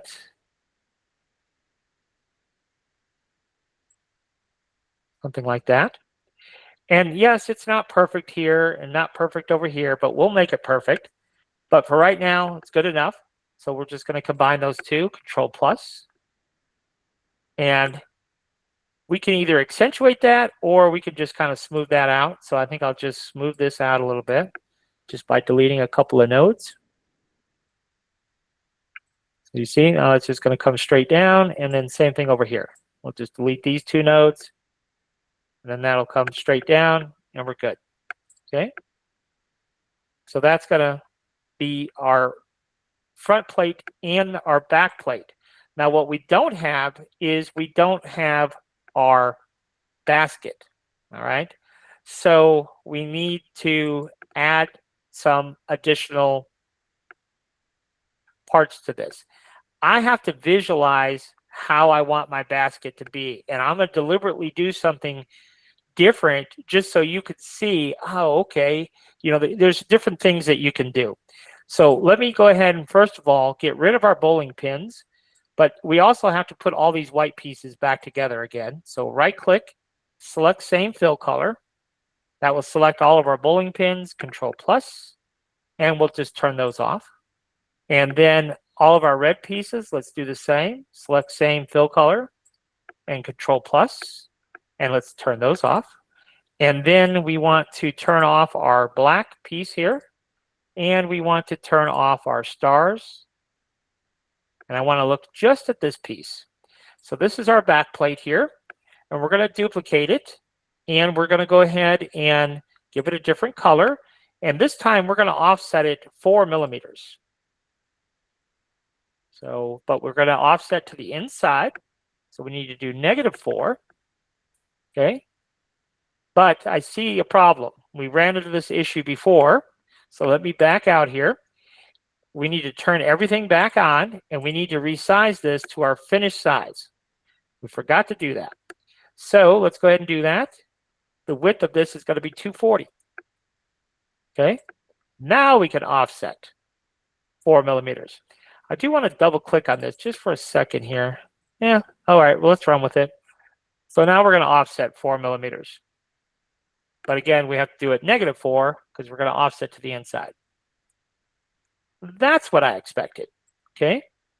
So this is what we get. Now let's go ahead and set this, accept that offset.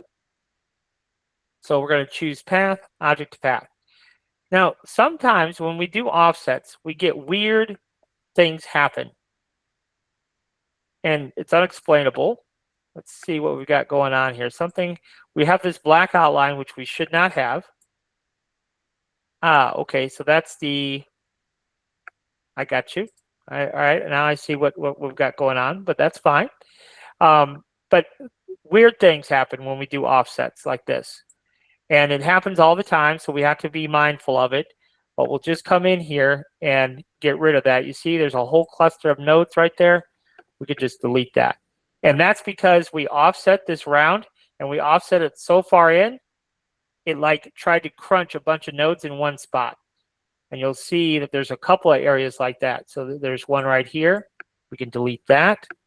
And again, we have a whole nodes on top of nodes situation right there. Now let's go around and look. There's another one. You can see it's another big cluster here. It's kind of annoying, but it's easy to come in and delete a few of those nodes and take care of that situation.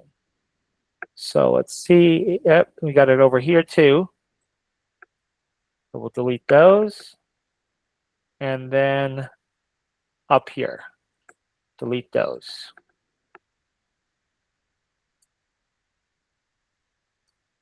All right, and some more up here. So we'll go ahead and just delete all those. All right. Now, we're not actually going to use all of this anyhow, so it doesn't really matter a whole lot, but there we are up to that point there. So what are we going to do that's going to be a little bit different? Well, what we're going to do here is right here. In fact, we might just go ahead and turn off. Let's turn off this green so it's a little bit less confusing. Where is this piece at? Okay, that piece is on top. So let's just go ahead and turn off everything else but our top piece. So that's just our top piece, just so we can maybe understand this a little bit better. So what we're going to do here is we're going to cut. We're going to grab a rectangle, and we're going to cut off everything above this point right here. Everything above that point right there. We're going to go ahead and cut. So I think this will work out okay. I'm just kind of doing this on the whim, so I don't know. But we'll pull this down, and what we're looking for is we're looking to have this rectangle right there at that corner, more or less. Okay? And we're going to whack all that off. So let's just do it real quick. No turning back. Control minus. So now we whack that off. All right. So now what we want to do is let's go ahead and turn back on our back plate because I want you to understand what's really happening here. Now what I want to do is I want to create a rectangle from this corner. And we're going to go to select. And we're going to go all the way to this corner. Okay. This is going to be our gift basket boundary. Okay. So let's go ahead and pull this up maybe to like right here. And then the rest of this is just going to be sitting on the outside. Okay. So this won't make a whole lot of sense right now, I'm afraid, but we're doing the best we can to make it make sense. So what I want to do here is everything above this line, I want to get rid of on this green. So we're going to duplicate this green. Okay. And let's go ahead and push this to the bottom of our layer stack. So we're going to hit the N key and see if we can't figure out exactly how this is going to work. All right, so we're going to take this and everything above this line, we're going to cut off. So we're just going to grab our rectangle tool, grab a rectangle there, we'll stretch it over and chop it off. So we're going to shift click on the green, control minus to chop it off. Now we still have our green because of our back plate, so that can be confusing. So I just turned that off. All right. So now what we need to do is from this point right here, everything that way, we're chop it. So we just come in here, chop, just like that. Okay. So we'll select that, shift click the green, control minus. Then we're going to come over here and do the same thing. I'm going to grab a rectangle from that point, chop.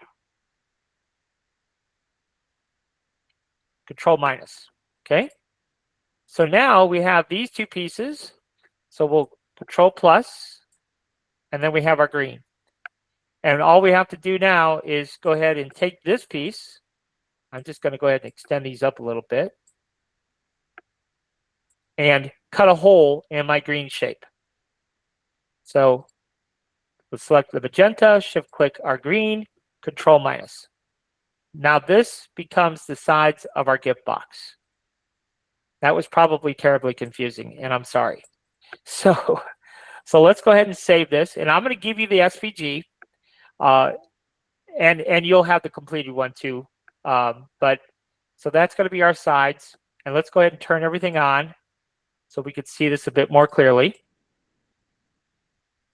Okay, so this bottom piece is our back plate, and we'll turn that off for a moment, and then we have our sides, and we'll go ahead and turn that off for a moment too. And then what is this? This is our black piece. Yes. So that is our black back plate. Okay, so we'll turn that off, and then that's our image. That's fine. And then this is going to be our stars. And then this will be our pins. And then finally, this will be red. Okay, so let's go ahead and turn all those back on now. So yes, I am happy with that now. So let's go ahead and save this. And we'll call it bowling basket and save. Now what you'll see when we go into Bambu, it'll hopefully start to click for you a little bit more that, oh, this is exactly what we did for the lamp. It's exactly the same. And oddly, it's exactly the same if we're making a keychain, exactly the same as we're making a hype chain. And you'll see that when you look at the different projects, like literally it's the same thing over and over again. So back here in Bambu, let's go ahead and open up our bowling basket. So there's our bowling basket. Okay. And let's go ahead and take a moment and name things, because I think this could get confusing quickly. So that's our back plate. And then we will need a front plate, but we'll get there. So this is our sides. And then this will be our black back plate. And then this will be our stars. This will be our pins. And of course, we're missing some red, but we're going to put those back in for you. So that's our red. Okay. So now what we want to do is start setting the various thicknesses that we're going to need. So the back plate is going to be, let's do 4 mil. And then the sides, let's do a 3-inch basket. So we're going to do 75. That's what we did previously, right? So 75. And then we got to go back here because that did not take my 4 mil. I had my num lock off. So the black back plate, we're going to do 2. And let's go ahead and change it to black. So we just hit our number 2 key here. That changes that to black. Our stars are going to be yellow, and they're going to be 2. And then our pins they're going to be 2. And then our red, those are going to be 2. And let's see, we're going to have to change one of these to an actual red color. We'll go with color number 5. So red here will be 5. All right. So now you can see this is what we got going on. So we're going to alt click on our back plate, and that is going to have to sit at 2 because it's 4 millimeters thick. And so we want that on the bed of our plate. And then this we need to copy and paste, remember, because we need a front plate. And I don't know why it offset like it did. Because usually when everything's in an assembly, when you copy it and paste it, it should paste right on top of one another. And in this case, it's not doing that. And I don't know what we got going on there. Let me undo a couple steps here. There we go. Now, if I alt click on this and copy and paste, yes, it is on top. So remember before the math on our map, this is 4 millimeters thick. We want it to be at 75. So we got to subtract 2. Remember we did that on our lamp? So that is 73 for our Z height. So now you see how it's coming together rather quickly. So now the black back plate, it is 2. So we need that to be sitting on top of 75. So that has to be 76. Half of 2 is 1. Now the stars are sitting on top of the black. So now we have 75 plus 2, 77, plus half of our stars. So that has to be at 78. Okay, and then our pins going to be the same thing, 78. We don't even have to, and red, 78. We don't even have to calculate those. They're all the same.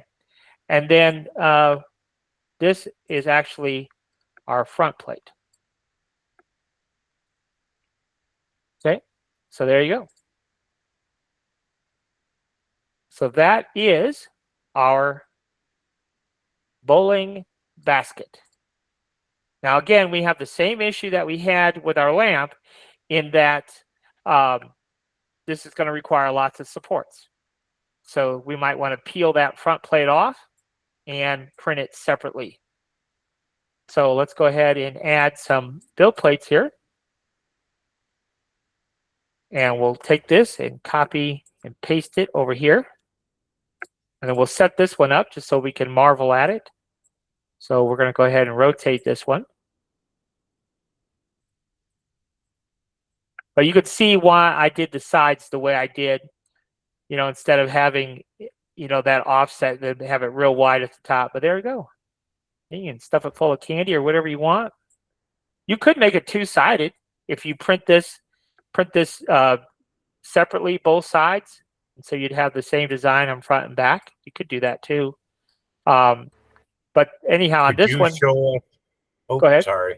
Go ahead. Could you show us how to make that lip that you were talking about so you can add more glue on the side of it, like that recessed side of it, like you were talking about before? Oh, sure. Yeah. That's real simple to do. I'll go ahead and set this print up and then I'll show you that. So what we're going to do on this plate here, we're just going to get rid of the things that we don't need. So we don't need that or that. Just those two things. This we need. We'll just use our arrow keys to drop it to the bottom of our build plate and center it up. So now we can print just the front plate there. And then back over here, we don't need any of our front pieces. So we'll alt click our pins and then we can alt click a couple of these things. At the same time, we don't need that. And then we don't need our front plate. So we're just going to print the back plate and the sides, and those won't require any supports. Okay, so now if we want to come in, it's a good question. We want to come in and add some flange. That is super easy to do. So let's go back into Inkscape and show you that. So we need to turn off our back plates. Let's see, we need to turn off our red, our pins, our stars, get rid of all this stuff. The back plate we don't need, and we just need our sides. All right, so there we go. So now we have just our sides here. And so what we're going to do, if we want to add our flange, let's go ahead and duplicate this. So we're going to hit Control D, and we'll go, let's maybe turn that off, the duplicate, and we'll come down and work on this one, on the one on bottom. So there's our sides. So what we're going to do is we're going to do an offset. So we want to offset this, I don't know, however wide you want your flange to be. Let's just say we want to do a 6 mil flange. So we're going to offset 6 millimeters. Okay, so now you've got that. Now let's go back over here and see what's actually happening here, because this is a point that I want to make. So let's turn on our duplicate sides, but give them a different color. Okay, so when we do an offset, we're doing an offset 6 millimeters from this edge and 6 millimeters from this edge. Okay, so what we want to do here is let's go ahead and just on this part here, we're going to duplicate our sides again, and then shift click the green, and we're going to do a Control minus. And then let's just turn this off so we can actually see what's happening here. Okay, so now we have this channel, all right? And so now what we want to do with the channel, you see we've got a weird spike here. So let's just grab a rectangle, and I usually just grab the rectangle and just trim it away, Control minus, if we get weird things like that. And then right here, what we're going to do is grab a rectangle and come straight across like this. Okay, and we're going to come all the way across like this. All right, and what we're going to do is we're going to just chop that right there, but this way. Okay, so we're going to chop the top off, Control minus. Okay, and then we're going to break this apart, path and break apart, and we're just going to delete the outside piece. This now becomes our glue fan, our flange, 6 mil plus the original 4 mil side. We're going to have both. So if we turn back on our sides here, you'll see there's our sides. Okay, so we're going to have 6 mil and the 4 mil. So we're going to have a total of 10 millimeters, right? So let's go ahead and turn all this back on. This will give us some extra practice. So we'll go ahead and hit File, Save As. I'll give you both of these so you have both of them. So we're going to do a bowling basket with flange. Okay. So you see the real key to working and creating artwork is knowing what you want in the end. That's the most critical thing, knowing what you want in the end. So what we're going to do is we are not going to worry about the front plate. The front plate is done. So only thing we have to do is do the back plate, the sides, and our flange on our new build plate. Okay, so let's go ahead and open up our artwork. So that is with flange. Okay, so there is our artwork. And now we have to get rid of some stuff that we don't need. So we'll start from the bottom here. So we need that piece. We don't need our red. So we'll just hit the delete key. And then we'll come back in here. So there's our sides. We don't need our bowling pins. So come back down. What else we got? Those are our stars. We don't need that. And what else we got? So our sides. That's our black back plate. We don't need that. So now we just have our sides, our flange, and our back piece. So this is how this works. So the back plate, we know that's 4. So we all click and choose 4. Okay. Now we want to make sure it's sitting on the build plate, which it's not. You see it's at 2 or 5. We need it to be at 2. And then our next piece of the puzzle is, that's our flange. Let's go ahead and make that 4. We'll go ahead and make that 4. And then our last piece is our sides, and we know those have to be at 75. Okay. So now what we have to do is we just have to reset our back plate here, put that back to 2 like it should be. Okay. And now we have to move our flange. and we need our flange up top here. Now we could do it two ways. We could do it mathematically, or we could do it the lazy way and use our assembly tool. So let's do it the lazy way. So, because sometimes the math throws people off, but let's talk about what the math is. Our flange is 4 millimeters thick. Half of 4 is 2. We want it to be at 75 minus 2. So the Z value really should be 73. Okay? And now you'll see that the flange is perfectly in line with where we want it to be.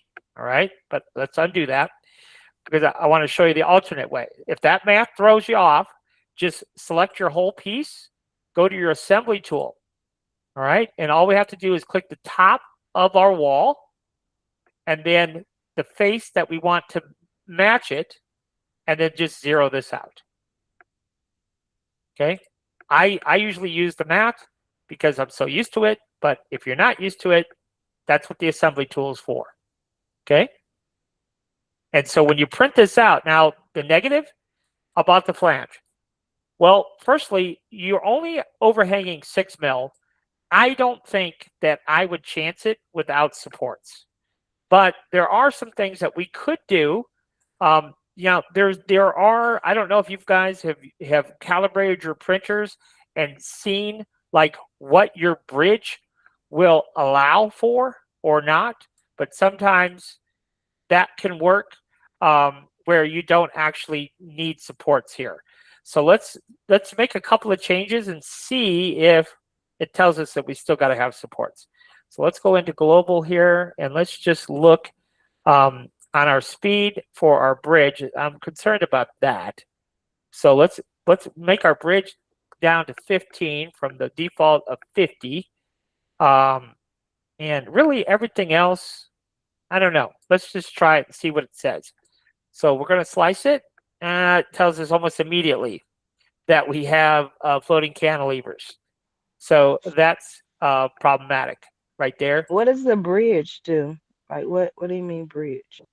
The bridge is just what it sounds like. So imagine this right here, right? So you're going from one side of the river to the other. You've got a bridge. And so this is what they call a bridge. So this cantilever right here, that's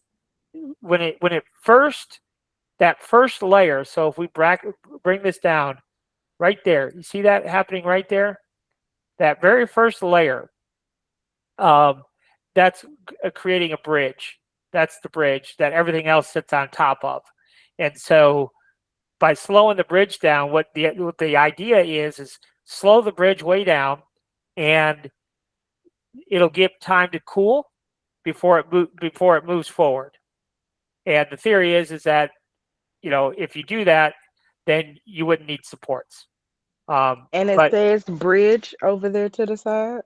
What's that? It says bridge over there on the left. Oh, over here, yes. So that's under the support, under your supports. And if you come down here, where is it at? The under supports. Oh no, I'm sorry. It's under speed. I don't know what I was thinking, but yes, under speed here. There's bridge right here. So it's under the speed setting. So when I'm doing can openers, that little slot that we put in can openers, I set the bridge to 15. But it's kind of interesting because when you print a can opener, the bridge is going left to right on the build plate. And so we can get by with no supports in that little slot because we lower our bridge speed, and the bridge is going left to right. Now you notice here, which way is the bridge going? The bridge is going front to back. And so that's why when it's going front to back, slowing this bridge down is not going to help us. We don't have no choice but to enable supports. What if you in Inkscape made the flange triangular so that then you wouldn't need a support? True. So if you had like a chamfer, yes, you could do that in Inkscape. I think I know you could do it in. Well, here's the rub. You could fake it. Yeah. So you're right. Now I am going to share one more thing with you, just just go deeper into the weeds here. But we can avoid supports, but we'll go a little bit deeper into the weeds. So what he's saying is, if right here, if we were to have a fillet, let's just say it was a fillet, but at a 45-degree angle. See, on Blender, we can do that real easily. Our problem is we have this curve back here. So in Inkscape, we could do angles, but we can't put a fillet or a 45-degree bevel, if you will, on a curve. So that's one challenge that we do have in Inkscape, and that's where Blender comes in, because we can do that. Now, just to complicate things a little bit more, we do have a solution where we don't need supports. And I was just talking with Kia. I was talking to your sister earlier, and she hired somebody to design some files for her, and she created this beautiful, really neat lithophane lamp that looks like a barbecue grill. But the guy who created it for her doesn't 3D print. And so it was created in such a way where it's literally not printable. She tried and failed miserably. And so it's really important when you're designing that you really know like how this thing is going to get printed because of this particular situation right here. So, but there is a fairly easy solution to this. So what we're going to do that's why I had Gabriel number to see if I told her everything that guy made is, I don't know, it's not going to work. But she didn't like the idea of paying twice, Kia. She did not like that idea of paying twice. Yeah. I don't blame her though.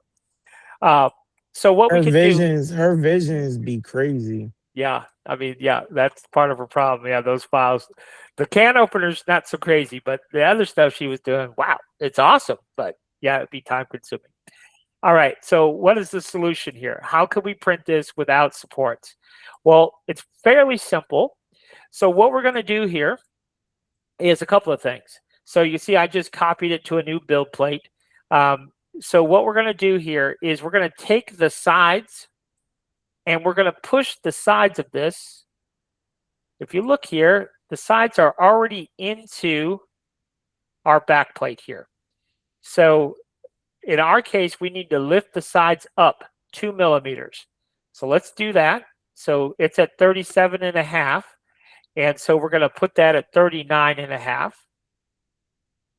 Now this probably will not make sense until the very bitter end, and then it'll make sense. So just bear with me a moment. And then our flange, we're going to push it up 2 millimeters as well. So it's at 73. We're going to put it at 75. Okay. So what we're going to do is, let's go ahead and make a copy of this. Another copy. And let's just move it back here. What we're going to do is we're going to, first of all, we can get rid of the flange. Boop. And what we're going to do is we're going to take this piece. Now we moved it up 2 millimeters from our back plate. So we're going to take this piece and we're going to cut into our back plate. So we're going to just go select the entire assembly and go to the mesh boolean tool, and the green, we're cutting from the blue. So let's cut it. Now you see here, it's a perfect example, nothing happened. Remember earlier we were doing that in the lamp and I said, what do you do? Well, we got to right click and fix the model. Okay, now we can go ahead back to mesh boolean. We're going to do the same thing, and it should, in theory, cut us a groove. Ta-da! See the groove? Now we got a groove. Okay, and that's what we needed. Okay, so there's our groove. So now what we can do is we can print this separate, and then we'll get rid of this. Let's add another build plate as long as we're at it. Then this, we can go ahead and flip it over. So we'll flip it all the way over. And now we can print that face down and we get our flange to glue on our front plate, but this does not require any supports. But there's one more thing we really should do here. And it's a setting. This, we cut out of this and they are exactly the same size.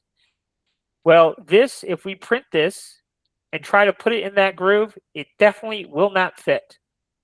because they're both exactly the same size.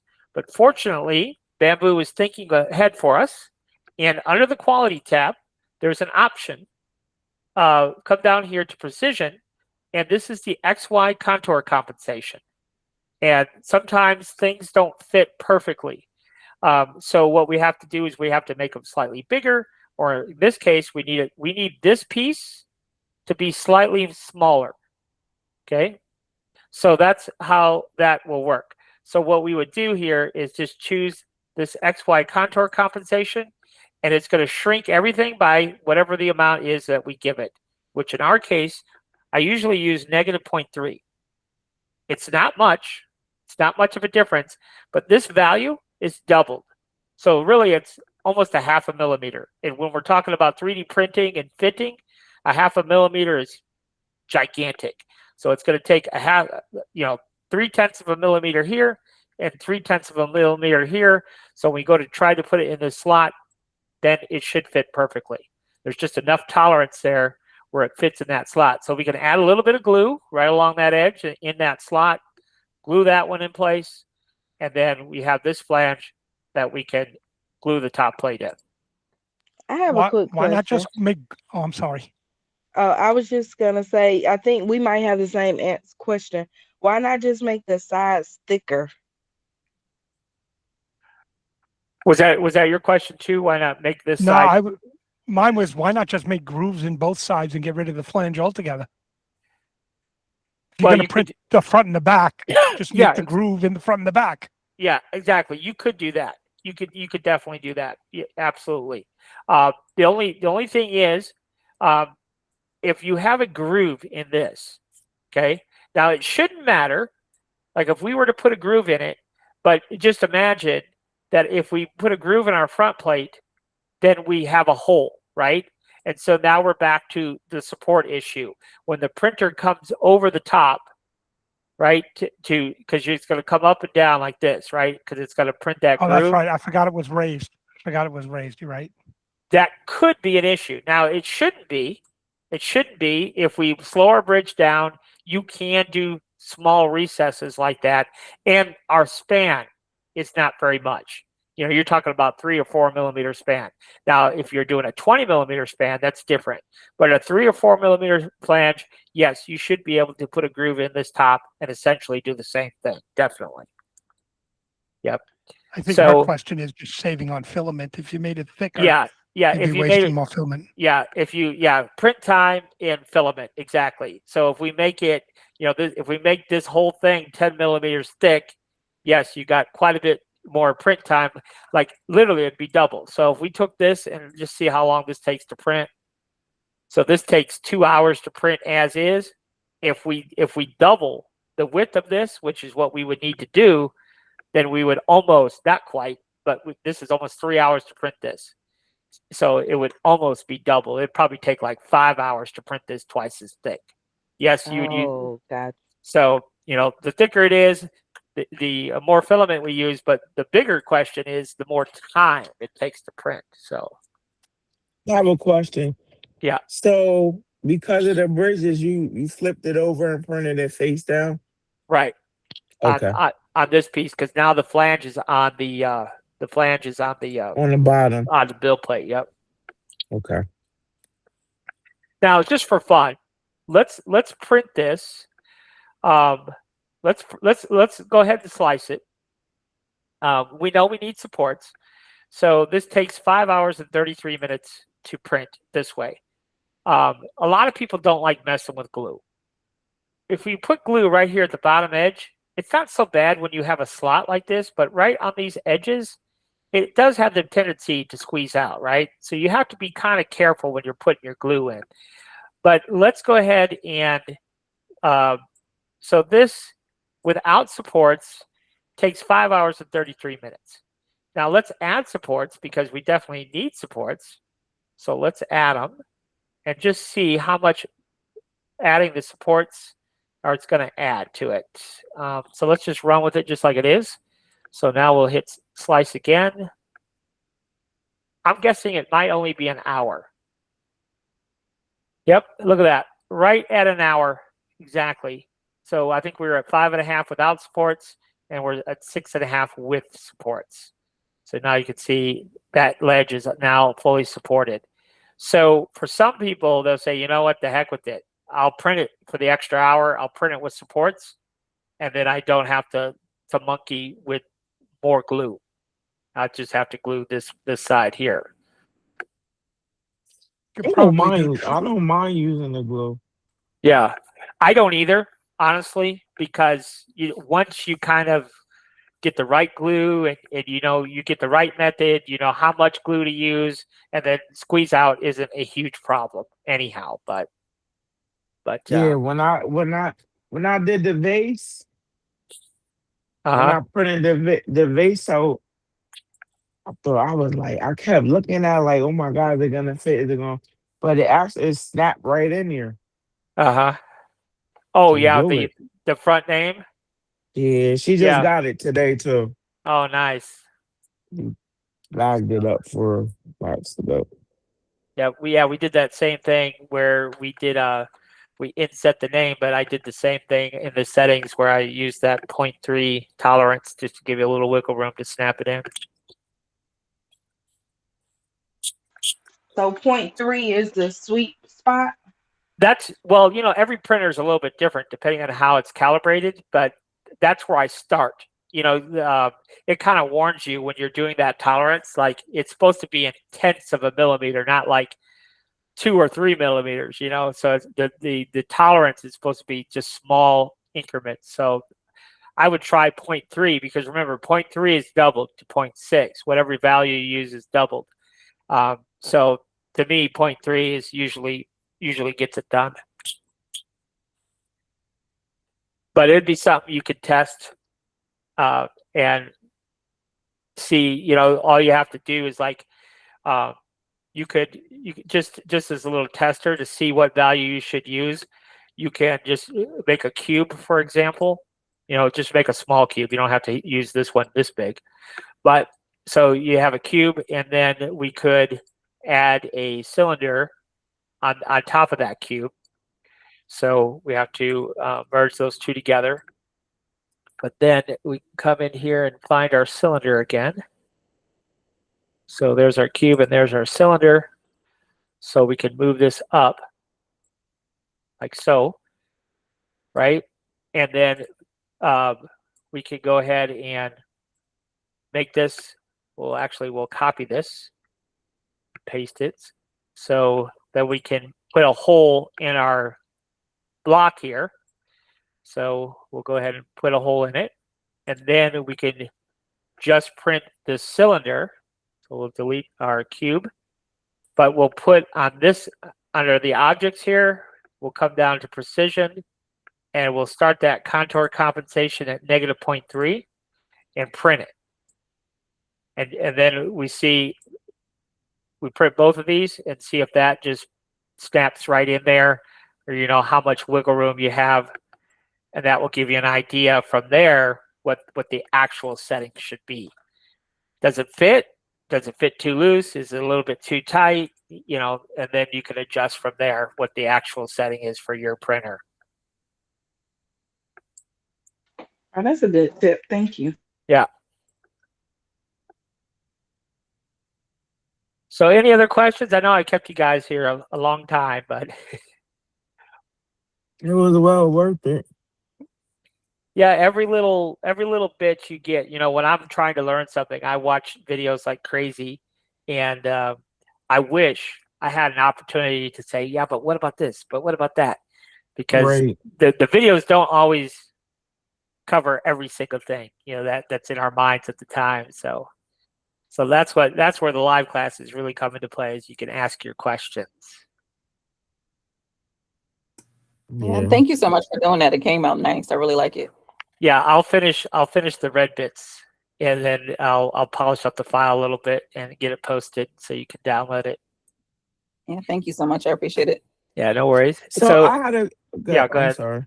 I was just going to say, if I- you guys got projects that you want to see done or you need done, and you want to see demonstrated, we have a class coming up on Monday night at 7 p.m. Central Time. If you can make it, if you can't, we're going to record it, so you'll have it to view later. But the nice thing about being in class is you can ask your questions. So. So Go ahead, you Joe. can call it, is that the Patreon? Go ahead. What's that? No, is that the Patreon, that class?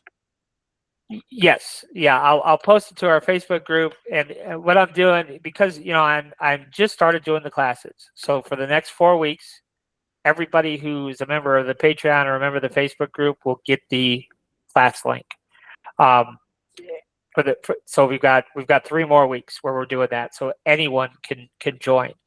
After that, then only the paid members. There's a $10 Patreon and a $20 Patreon. $10 will get you all the files that we post, and then the $20 will get you the live classes. But for right now, for the next 3 weeks, the live classes are free to everybody. But then after that, but what I'm going to do for the paid Patreon members who are at the $20 tier now, I'm just going to have a pop-up class just for them for the next 3 weeks. But it won't be on Monday. But going forward, it'll be every Monday night. But you will have to eventually be on the $20 tier plan. But yeah. So, but if you, like I said, if you have a design that you want made and that we could do it live in class, I would rather do this project than just some kind of random project like we did on the New York City lamp. But this one was a request. So if you have a design you want done, just give us the details, and we'll see if we can't do it during class. Yeah, I sent you some. Just I was having an issue with it. It's not really I needed done, but I was having trouble in Inkscape with it. It's a stupid little one. I sent you a bulldog. I don't know if you saw it. Oh yeah. Mm-hmm. It's just I had problems. It was coming, doing the black and white. I lost the sections with the color, and when I brought it into okay, yes. Bambu, it just was. I couldn't separate everything to put the red back. Let's just cover that real quick because it's just a second to do it. But yes. So here's the thing. Let me show you the image that he's talking about. So there's our image. Okay. Now in this particular case, and this is just something you're going to have to buckle down and do. There's no way around it, unfortunately. So we have this image, and it's not what I would consider a particularly good image. We've got this drop shadow, and you can see the image itself is only 500 pixels by 500 pixels. So that's a relatively small image. And what he was saying is when you take this image, let's just go ahead and do it real quick. When you take this image into Inkscape and we try to convert it, see, there it is. Inkscape does a great job converting it, but there's a but. So when we right-click on this and choose Trace Bitmap, we get this, and we can adjust the slider, right? And so Inkscape in the brightness and cutoff mode is only looking at it's either black or it's white. So in this case, the red it sees as black or as white because of the threshold that we have it set at. So you can see it. We've lost all the color information, right?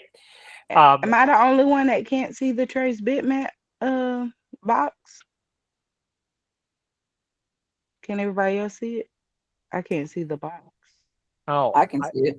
Yeah, I see it on the preview. Oh, I had it zoomed in. Sorry. Okay, all right. So this is what he was saying, was all the color information is lost, and you can adjust the threshold slider. And so now notice, I think he might have been like this. Isn't that what you were talking about? You were losing some of the color information?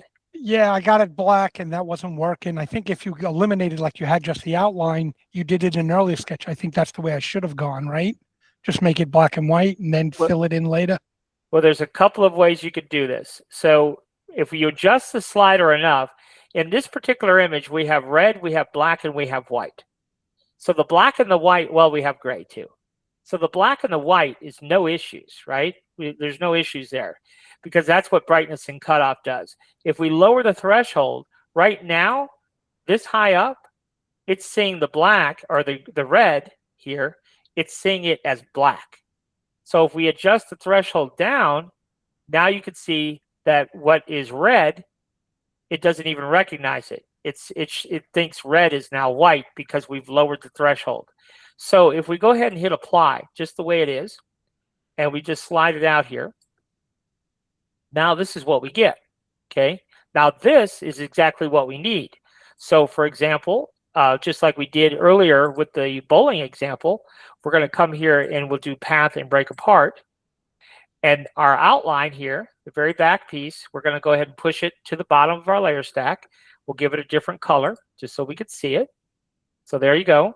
So now we'll just turn that off for a moment. So we turn that off.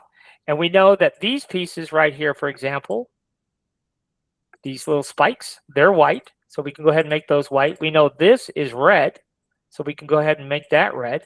And then we know that this piece and this piece, so this little guy up here, let's see here. What is it? Yep. And that little piece down here, both of those are red in this example. So we'll do red there. And then what do we got? We've got our two teeth and eyes. Yeah. are white. And then, yep, this piece and this little guy over here is white. And the rest of the teeth. Yep, and then the teeth. So that one and that one is white. The bottom of his collar, red. And this here is white, right? And the bottom of his collar is red. Okay. And then let's see here. His nose, his little tip of his nose is white. All right.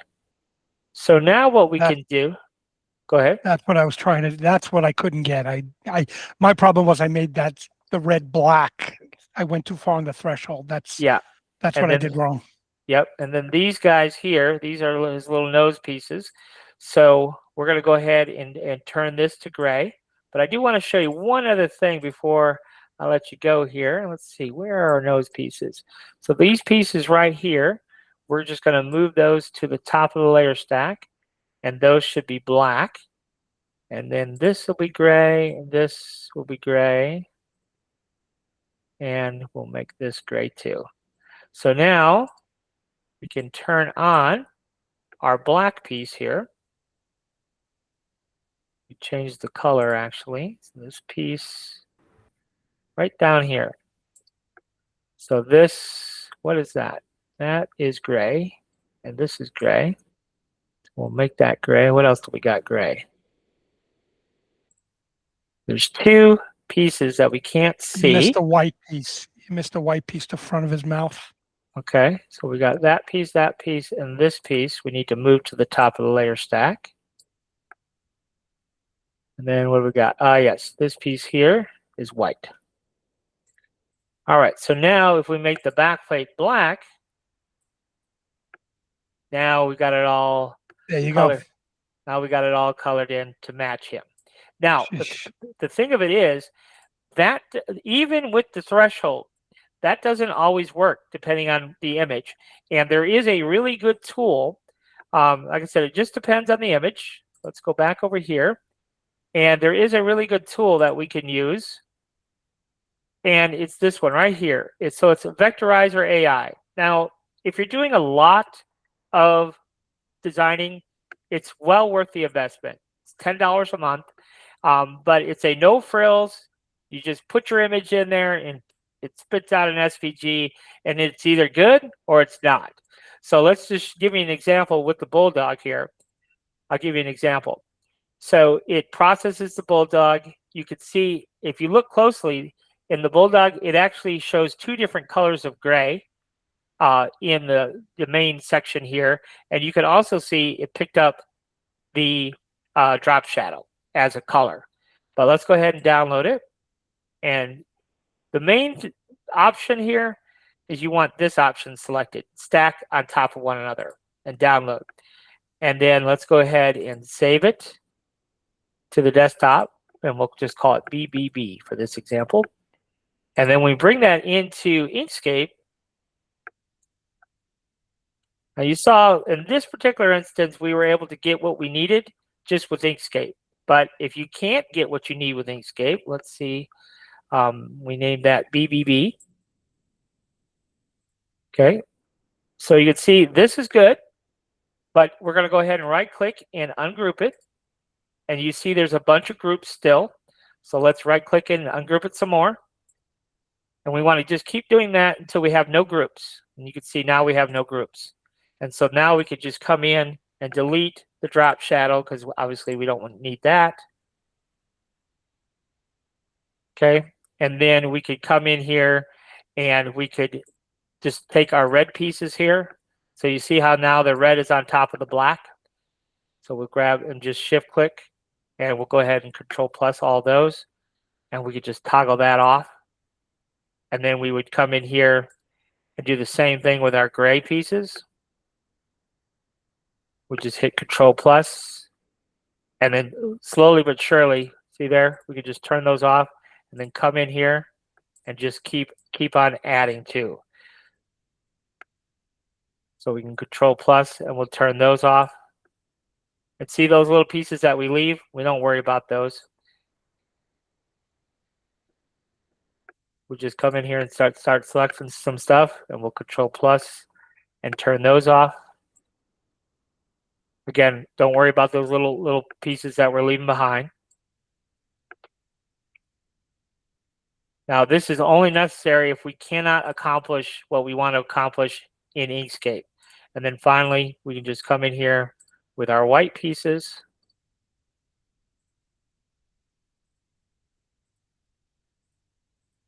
Control plus and turn that off. There's one here that we left. Oh, that is, I'm not sure why that was left, but that's okay. We can come in here and we'll break apart our black. And by doing that, we salvage this piece. So we'll go ahead and just turn it off right now. We'll put it back together later. And now we can select everything and then shift select our black. And then everything will be deleted but our black now. So then we just go back in and turn on all of our pieces here. And so we're left with a nice clean image, basically the same setup as here, but just done with that vectorizer. So again, You're gonna have a lot of parts now, right? Oh, yes. So what we would do, what I would do to do this, what I would do is just copy it. We'll create a new document. And then we can paste it into our new document. And then all I would do is just take a, so this is all one piece here. Our white is all one piece. So we can see that. So we'll just go ahead and okay, I see now. make that white, and then we can turn that off. Our back plate is our back plate. We don't actually need this piece, apparently. And then our red, I think we already combined our red. Then the only thing that we have to do now is take all of our gray pieces, because there's two different colors of grays that it saw. So then all we have to do is control plus all of those, and now we just have our four colors. So you see we have our black, which is our back plate here. And then we have our red piece, our gray, and then our white. So now we're ready to go to Bambu. We're not totally ready to go to Bambu because really what we should do is duplicate our back plate here and then do some type of offset. You know, to have if we were making a hype chain or something like that. Yeah, you might, it was for a test type chain for somebody. It was a prototype to show somebody. Yeah. Yeah, so you might want to do some type of offset here, like maybe, I don't know, 4. And then I don't know what that's going to look like, so we'll push that down to the bottom. Yeah, 4 is not terrible. It might be a little bit big. So we could come back in here and back that off to maybe 2.5, something like that. Yeah, I One like thing that. is, if you're going to do that cheat sheet, which I thought was a great idea, you're the, I think I spoke to you about this on YouTube. I asked you a question. The, just that formula you use with a +1, -1 of the height first, you know, I keep forgetting that. That's the one stupid thing I keep forgetting, where you do the plus and the -1, that formula. I wish Bambu would give us the half. So, you know, it shows us what thickness it is, but I wish it would show us what the half is. It's not too hard to divide 2, but this is 75. I wish it would tell us what half was, 37.5, because we use that value so much. So I wish it would give us, automatically give us that, so we could do our math a little bit easier. But yeah, that's why a lot of times I'll do, instead of 75, I'll do 76, because it'll be an even number. It's it's just easier to divide an even number in half than an odd. But I was using the assemble tool and doing the faces. Yeah, It was just easier for me. Yeah, just forget the math. Yeah, just use the assembly tool. Yep. That does work really well. And you know what's so funny about that assembly tool is, if you go on YouTube right now and you type in Bambu Studio assembly tool, there's nothing. There's nothing out there about it. Like, it's not a tool that you see demonstrated very much at all. And I didn't even know it was there till you showed it in one of Yeah. your videos. Yeah, because like I said, there's just I've watched. Trust me, I've watched probably every video on Bambu Studio on YouTube, and so I've watched them all many times over, probably. And but I never seen the assembly. And then somewhere somebody just mentioned the assembly tool in some video, and I was like, oh, that's what that does. And so then from then on, I kind of ran with it. But yeah, there's not much videos on there about that. I'm So. glad you did that bulldog, because I was having kind of that same issue when I was trying to do Bluey. It just kept cutting off the mouth because the mouth is so light. So it kept, and then when I did go to the where it was like white, just white and black, it was still open. So I can't figure out how to close it. So I'm gonna have to try to play with it to figure out how to close that part to make it just tan. If Or you're, what? I don't One of your think other ones. the vectorizer website that I showed you does not have a demo mode, unfortunately. So you either if you want me to try and just convert it to SVG just to get a feel for what this website will do, you could send me the image. Like, if you just have a random image, a JPEG or something you pulled off the internet, you could send it to me and I'll run it through here and see if it gives you what you need. Or you have to pay the $10 and try it, and if you don't like it, then you could cancel it. But there is no. I also have the Canva one, but it's the I ordered this through Canva, and you can see I have done quite a few conversions, but I do not like this one. This is only $5 a month. It's a no frills. You just insert your image and that's it. That's all you get. But I don't like this one as well as even though the vectorizer is twice the money, I feel like it's kind of worth it. So I have an Adobe subscription. I'm sure Illustrator is much more complicated than Inkscape. Oh yeah, yes, but I do know that I will say this about the Adobe converter: it's pretty badass. It's more complicated, maybe, but the end result, as far as getting you a good SVG, is, it does a good job of that. So, yeah. And you would like for me to email it or send it to you through text? Yeah, just email it to us. Yeah, and Okay. and I'll run it through, and yeah, you said I'll just have to figure it out. No, don't do that. Like, when you run into a roadblock and there's something that you can't figure out easily, just send it to us. Say, because you know what, the fact of the matter is, there's probably a bunch of other people that are running into the same roadblock.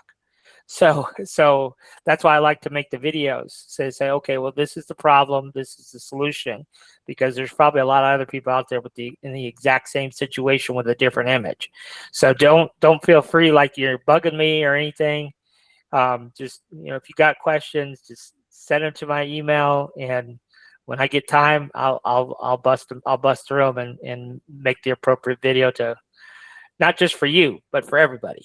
Because, like I said, a lot of people have a lot of questions. So, and I see the same questions over and over again. And as you saw tonight, there's really nothing that complicated that we covered. Yes, you got to know how to do it, but once you know how to do it, it's not really that hard. It's just knowing how, So Right, but I know you did a bluey one, so I was gonna go watch that video to see if you had that issue with the mouth, and then I can see how I can fix it before I shot you the same question. let's just pull up a bluey image here. So I have a quick question because I have to yeah. run. This is business wise. Your $20 Patreon, does that include like a one-on-one phone call, or is that still extra? Because I know you charge for the one-on-ones. Well, it is still extra, but Okay. So if you want a true one-on-one, but you've probably seen on our YouTube channel where somebody will ask a question, and I'll just make a video, and it'll Yeah, be that's just as and yeah. then yeah. But if you want Okay. if you want a true one-on-one, then yeah, that is the $15. But otherwise, if you have a question, hey, how would you do this design? Then I'll just make a video and do it. Cool. Well, thank you very much, Okay. everybody. Have a good night. Take care. Yeah. So let's see here. Let's see if we can find it's a good bluey. I need some. There's a good. Well, that's got a transparent background too. I'd rather have just a white background image. There's one. There's a white background image. So let's steal him, and we'll put it through the vectorizer and see what we get. So that's a ping file, and let's go to our vectorizer here. So it'll either make a liar out of me, or it's like, hey, that's pretty cool.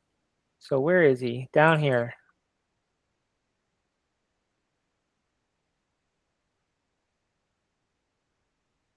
I like this tool because there's no adjustments to it. You get what you get. That's it. So we'll save this, see what it actually gives us. It'll probably be all right. So let's go ahead and sometimes it's not perfect, but it's better than starting from scratch.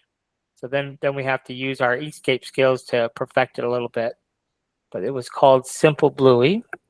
So there it is in SVG here.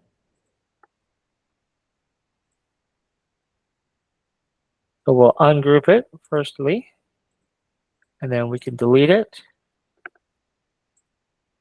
And let's see here. So this still has a lot of groups.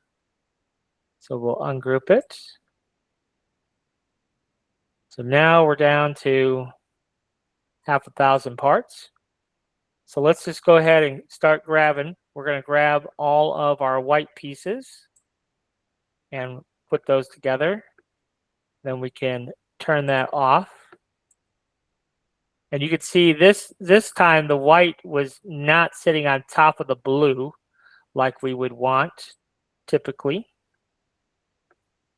But those two blues, let's go ahead and put those together and turn that off.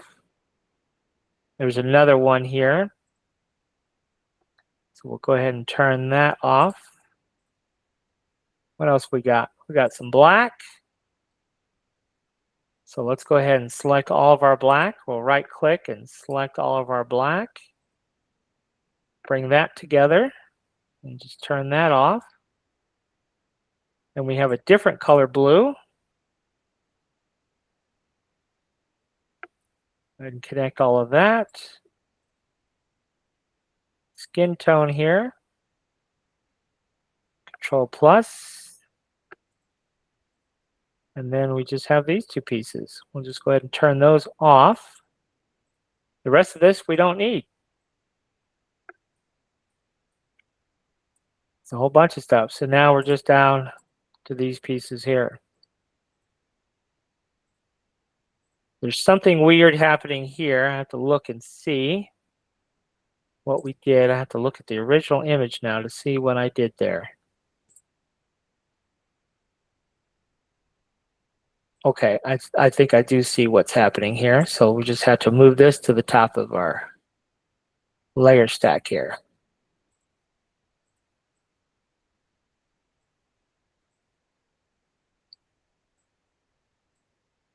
I think there should be another piece of its eye somewhere. Let's go ahead and let's look at the original image here. Something I dropped out here. Yep, it was his eye. So this piece right here is what we're missing. Otherwise, we've got everything. So what we could do here is let's just try and we'll trace this bitmap and we'll just steal the eye out of it. So we could just go to path and break apart. We'll grab his eyeball. Here we go. And we'll move it up here. Get rid of that. Get rid of that. And move that. There we go. Ta-da. So yeah. So now we can fine tune it. So that vectorizer AI is a pretty cool tool. But if you want to see an image converted with it, I could convert it for you, and so you can play around with that tool. Can I have that one? This one? Yes, $49.99. I'll send it to you right now. Sure, I'll save it. Then you can. I mean, obviously, you would have to probably. Let's see here. What are all these parts now? That's his eye. Oh, did I break apart? No. Let's see here. Where are all these parts coming from? Was it really that many parts? Oh, okay. I do remember. I remember now. There was a couple of pieces of blue that weren't all together here. So that one. So we have to add this one. So that's that blue, and then we have this darker blue. Then we have black. There's 3 colors. Then the lighter blue is 4. And then this should be with the rest of the black. And that should be with the light blue. Okay. So we'll turn everything back on. So this piece here should be with the light blue. And then we just have to move the light blue up in the layer stack. So now that's back on top like it should be. And then what else do we have? That piece. Those pieces are all one. Yep. And then this black eye should be with the rest of the black. Then we just have to move it up in the layer stack.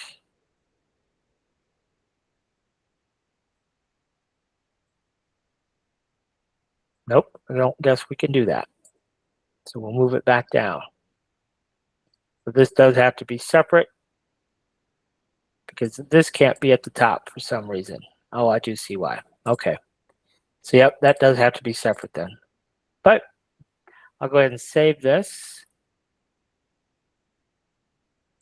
And we'll call it Bluey Mini. And I'll post this with the rest of the SVGs and stuff. Thank you so much. All right, guys. I'm going to go ahead and close this one out. And hopefully Good we'll class, see you. Kev. All right. We'll talk to you later. All right. Thank you so much for the pop-up. Yep. No worries. All right. Thank you. Will this be posted? Yes, I will post it. It'll probably be tomorrow. Okay. All right, great. Thank you so much. It was awesome. All right. No problem. Bye. Good night. All right. Bye-bye. Kev, you're doing good. You're doing real good, Kev. You should have cut me off, Kia. Say, Kev, you're going too long. Nah, they had questions. All right. We'll talk to you later. Already. All right. Bye.